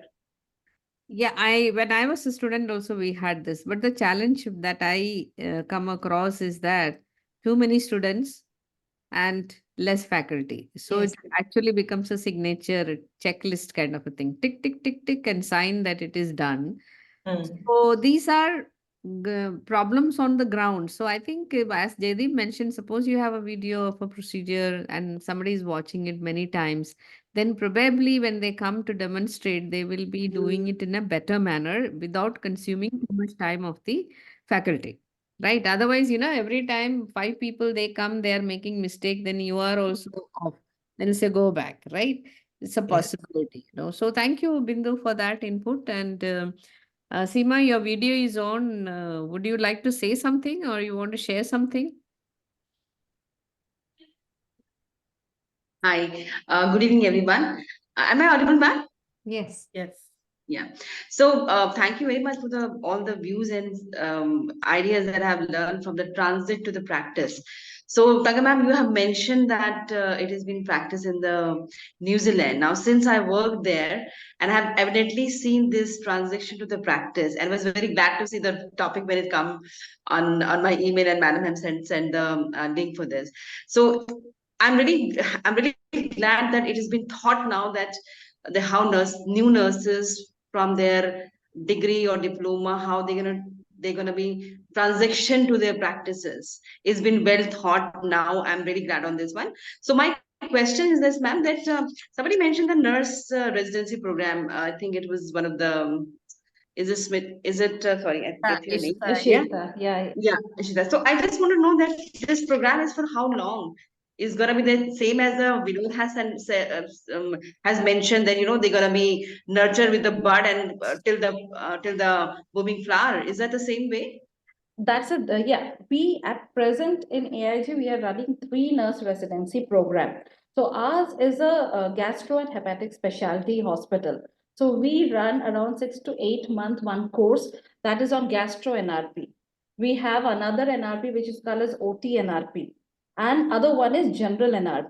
Now, what is that is this we take from nurses who have worked with us from 6 months to 1 year. Okay, and they, apart from, they are on duty. Okay, they are doing on duty, and we are giving them extra skill, extra knowledge. This is a comprehensive program that is being done with in collaboration with the clinicians team. So the clinicians, just like how we do a fellowship program, we give them. And this is not only that department, nurse will only, endoscopy nurse only will learn endoscopy. No, those who are interested, who would like to get an extra skill on that department, and where they can change their department in coming days. So I'm a floor nurse. I have enrolled myself for a gastro NRP, where I learn about ERCP, I assist in ERCP, everything. This is what we are running at present, and coming up in this year, we are also launching 3 more NRPs on that. The other NRP that we were talking, this is actually how Mayo has a concept of 6 months, where they take a trainee and they just do like how they have, we have the buddy system, but they have a different set of faculty who helps these nurses to do the transition to come to the, the hospital. Because at a glance, they come and we induct, and this induction becomes too much because they may not have heard about accreditation, they may not have seen many equipments that we do it. So we had thought that we will take up this course like how we have in Mayo, but not as 6 months. That's what Thankam ma'am was telling. We'll have less, like 3 months course or something, where we'll have a different faculty who will only coach and mentor them. So they will be learning also the procedures when they come to the floor or come to the ICUs, how to do it. And intermittently, they will have the skill labs, they will practice, they'll come and observe those procedures live in the hospital. So once they're competent enough to, and we gain the trust that yes, they are doing, we have to do a competency assessment, then they will come to our system, and followed by we'll have the induction and other things, and they will be absorbed in our system. So this is. So that Right. is all speciality, and this is also a Yeah. tool for to improve your retention of nurses also. Okay. I've So, been- ma'am, sorry. Yeah. No, I would definitely suggest everyone to think about it, because I had tried this when I was in Fortis. So we were not getting OT nurses. So we actually took nurses who either they were freshers or they have had some experience. They wanted to be OT nurses. So we gave them a 6 months specialty program. So they were working, they were learning, they were doing with the surgeon, and the outcome was one line.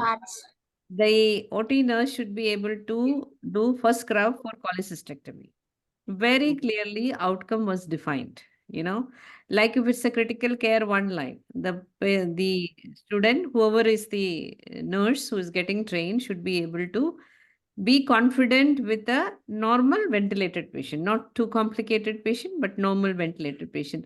So these are some of the things. So today since we are not focusing on, retaining nurses, we are actually trying to see how nurses can be facilitated to transition from, their college to practice. I think lot of good things have been discussed, and I just think that we should think out of box at this moment, and do not feel discouraged to try and maybe sometimes fail. It's okay.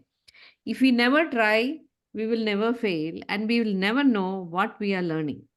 So it Yeah. is very important to try new things and not to get intimidated.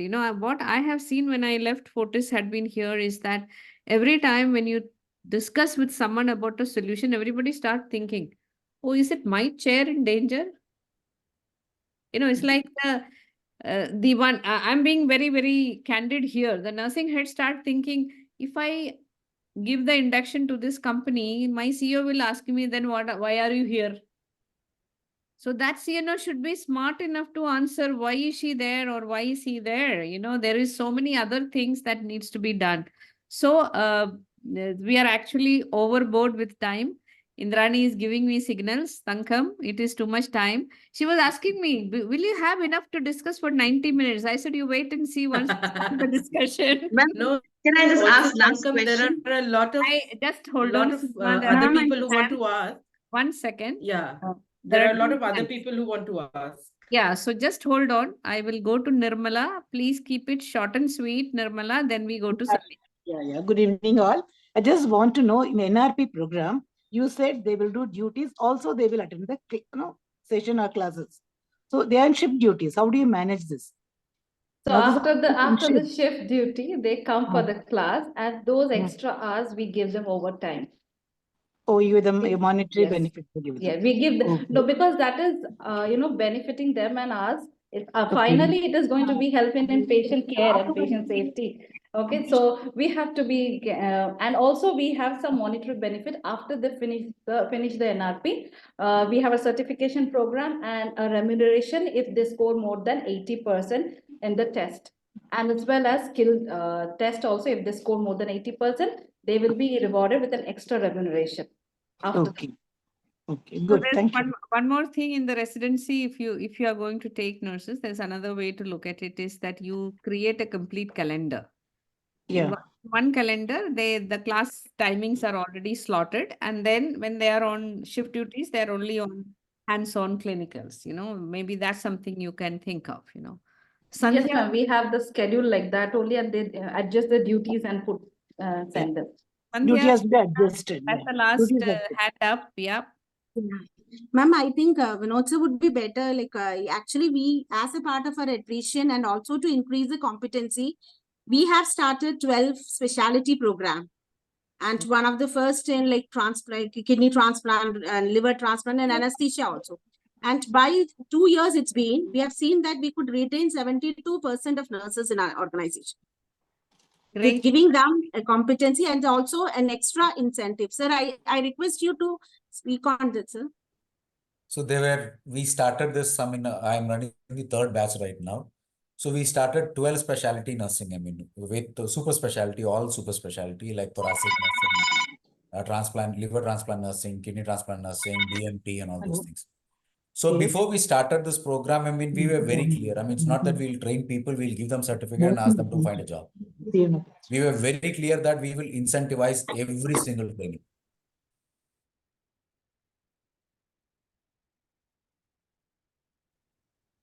Sorry, Vinod, please unmute.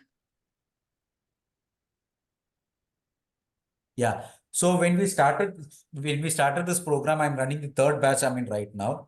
So we almost have around 120 students on the specialty, and all these are super specialty: liver transplant nursing, kidney transplant nursing, BMT, and all these things. So when we started this program 2.5 years, 3 years back, we were very, very clear that we will not train people, give them a certificate and ask them to go find a job. We are very clear that we will incentivize people. So they get an incentive of almost 300,000, for the entire course after completion of the course. And once they complete the course and then they still stay with us, they still get an incentive. So we are trained, almost 120 students. Of that, almost 100 to 100 students are still with us.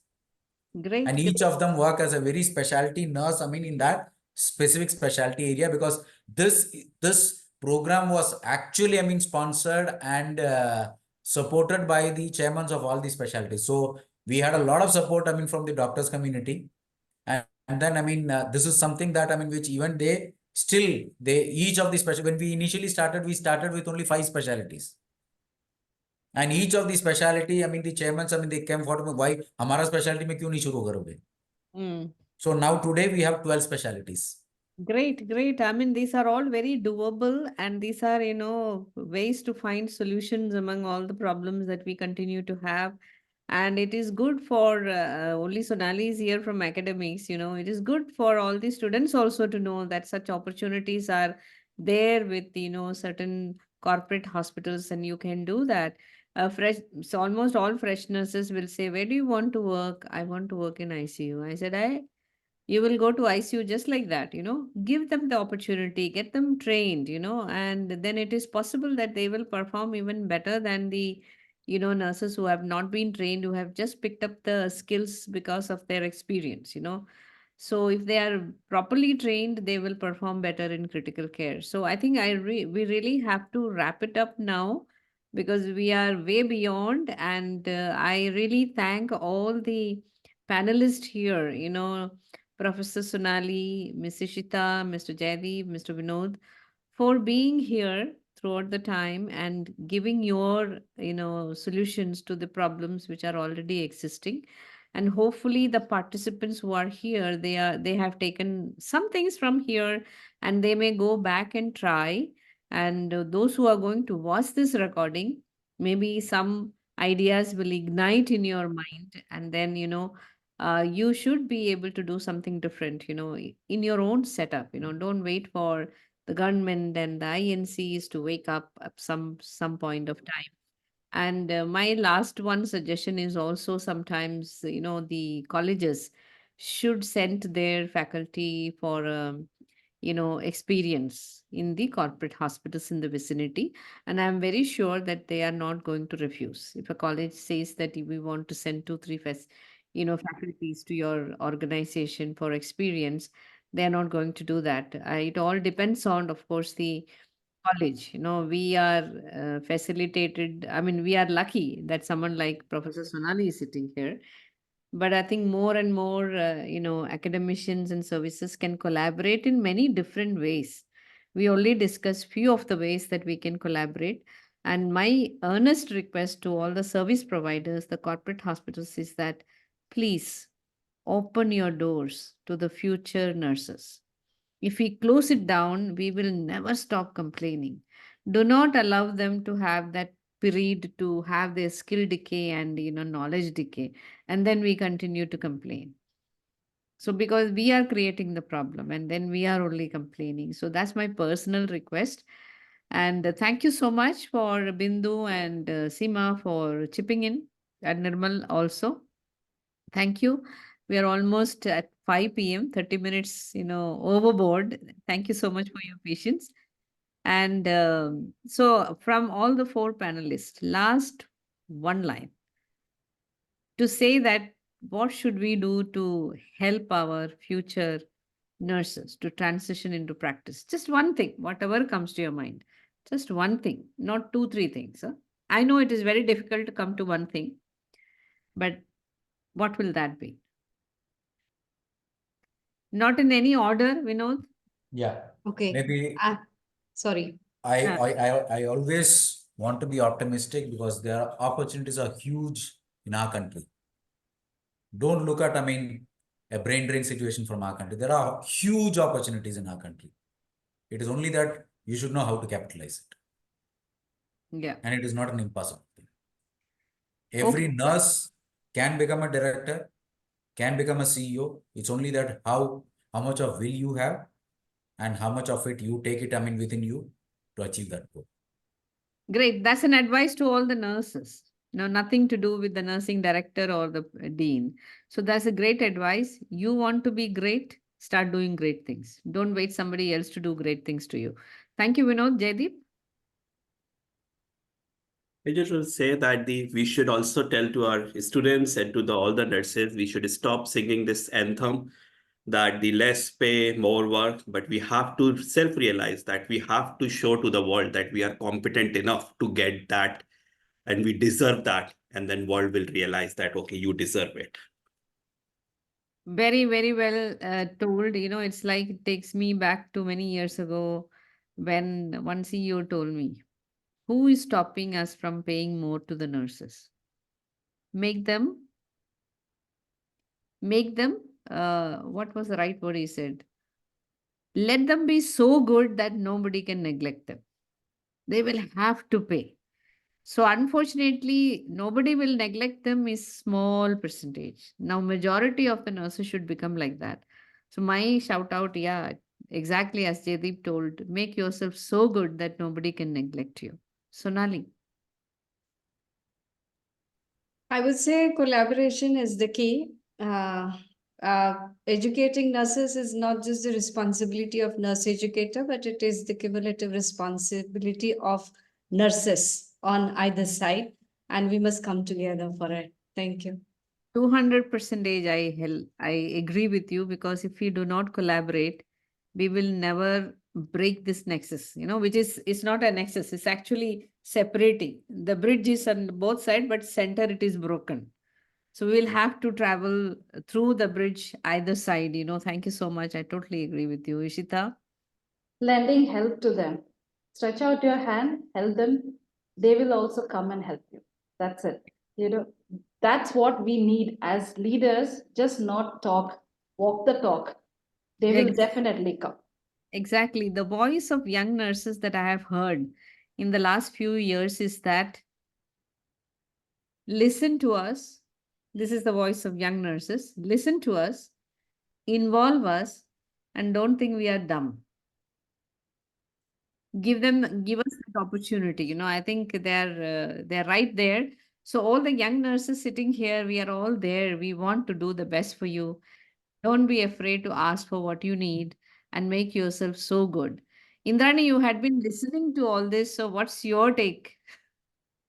And you please close the session also. No, thank you, Thankam, and thank you to each and every panelist. I thought that I'll actually take a minute or two to do a summary, but frankly, there are just so many inputs and so many solutions that, like you said, Thankam, it will require a paper for sure, a white paper. So I will, maybe it's a better idea to actually draw that up and share it with both the panelists as well as on our social media handles, so that the audience, those who joined today, and those who will watch the recording later, they can all actually have that, because I think it's one of the best webinars that I've attended, Thankam. And Thankam, that how many webinars both of us attend, right? So many. It's been an invigorating discussion. And what I liked was the focus on solutioning. Each hospital in their own way, and let me address the industry first. Both Medanta, led by the very dynamic Vinod, and AIG with Bindu's team, and Ishita, spearheading the education piece there. They've come up with such brilliant structures, whether it's the NRP or it's the 12 specialities of Vedanta. They spotted the problem. Instead of whining, they came up with a solution of how to build a pipeline of specialist nurses. In fact, if some of you have seen the chat, there are actually folks asking, can I join those NRP or your specialty program without being necessarily a part of your staff? So that's how popular they're going to become. And maybe you all should even think about that, eventually allowing some external folks to join. I don't know, the possibilities are limitless. But so we will do that. But I think Vinod set the tone, saying that the problem has not improved. The problem possibly has become worse given the scale. The nursing shortage is huger, and therefore so is the skill gaps, etc. And he mentioned, I think, two brilliant examples. One was the 12 specialty program, and second was how he experimented 3 years back or 4 years back with 150 novices. Now that I think is an inflection point, which today he looks back fondly. But at that point, I was just trying to visualize, here's a leader who has to deploy 150 fresh rookies, of course, under preceptorship, etc. But in a hospital like Medanta, which is always in the news, so you can't let the quality down. That was a big moment of, I think, risk, and that risk is paid off so handsomely for Medanta and for Vinod. So those, I think, are critical leadership moments where you take a call and you improve the skilling. And of course, I think they've had a great partnership with Vidyanta in terms of almost outsourcing it, not just for the sake of outsourcing, but for better quality of experiential training that he spoke of. Ishita spoke of the many practices that they are running in AIG along with their very dynamic leadership team. And, right from their induction is, of course, very, very structured, but also how they are having these specialty NRPs and getting these clinical instructors mandating a 6-month bedside training. So what, even if it scares away majority of the clinical instructors, but that's really the way to go. So a great set of deliberations from the industry. Moving to the academics, I think you don't get a more straight spoken and authentic speaker than Sonali. She nailed it as it is. She absolutely, without batting an eyelid, she said that there's so many problems, and all of us have to be blamed for it, including, there's politics in it, there is corruption in it, there is this problem of non-attendee and, lack of governance from state governments, central governments. But I think also in her own way, she's building in those checkpoints and guardrails while hiring teachers for her college. And also, I think, really giving a shout out to industry to take in more and more folks to enable them practical scenarios to experiment. And then moving on to someone who is at the intersection of industry and academics and technology, Herbert, Jaideep Herbert, you've spoken, I think, very well put when you said there's a difference between teaching and training. And, how do you deliver scenario-based training, and how do you customize it for the Indian scenario, so that, you spoke very well of accents and, how the repeated observations lead to skill building. I think there are a whole lot of other inputs which I will cover in the white paper when we publish it. But brilliant discussion, fantastic one-liners. I will take permission of the panelists to actually display the one-liners along with the photographs in our post-webinar social media handles. And Thankam, as always, such fantastic hosting of the session and such a natural progression of conversation with no, by the way, for the audience, none of the questions were rehearsed. It was all on the spot. The panelists gave on the spot. So this is one of the straight from the heart webinars. So thank you everybody for being a magnificent audience. We've had over 2 hours of brilliant engagement. Thank you everybody, and we look forward to more discussions. Thank you. Thank you for the brilliant summary, Indrani. Thank you. Thank you. So you know why I'm partnering with Indrani. Yes. I mean, she's just so good at it. That is actually a classical example of collaboration. True. A great leader should know where to collaborate and Yes. how to collaborate and take advantage of all situations. So I'm also taking advantage of Indrani. No, thank you very much. And I think we saw another great example of collaboration between Vidyanta and Medanta, and and a whole lot of other stuff. Ishita's doing with her ecosystem there. The very fact that Bindu as the leader there joined this web, I actually expect a lot of final year students to come in here.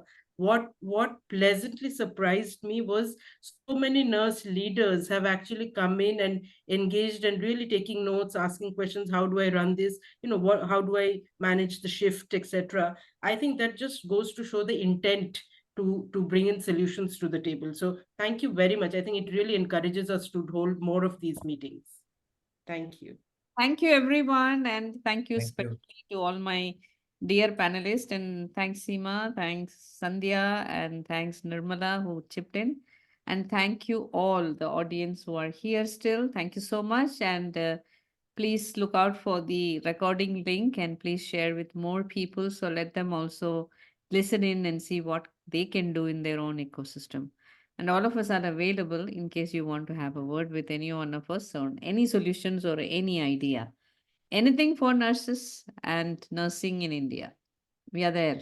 Thank you so much. Thank you very much. Bye-bye and take Thank you care. so much. Thank you. Bye, ma'am. Thank you. Bye. Thank Thank you. you. Bye, everyone. Bye. Bye-bye. Bye bye.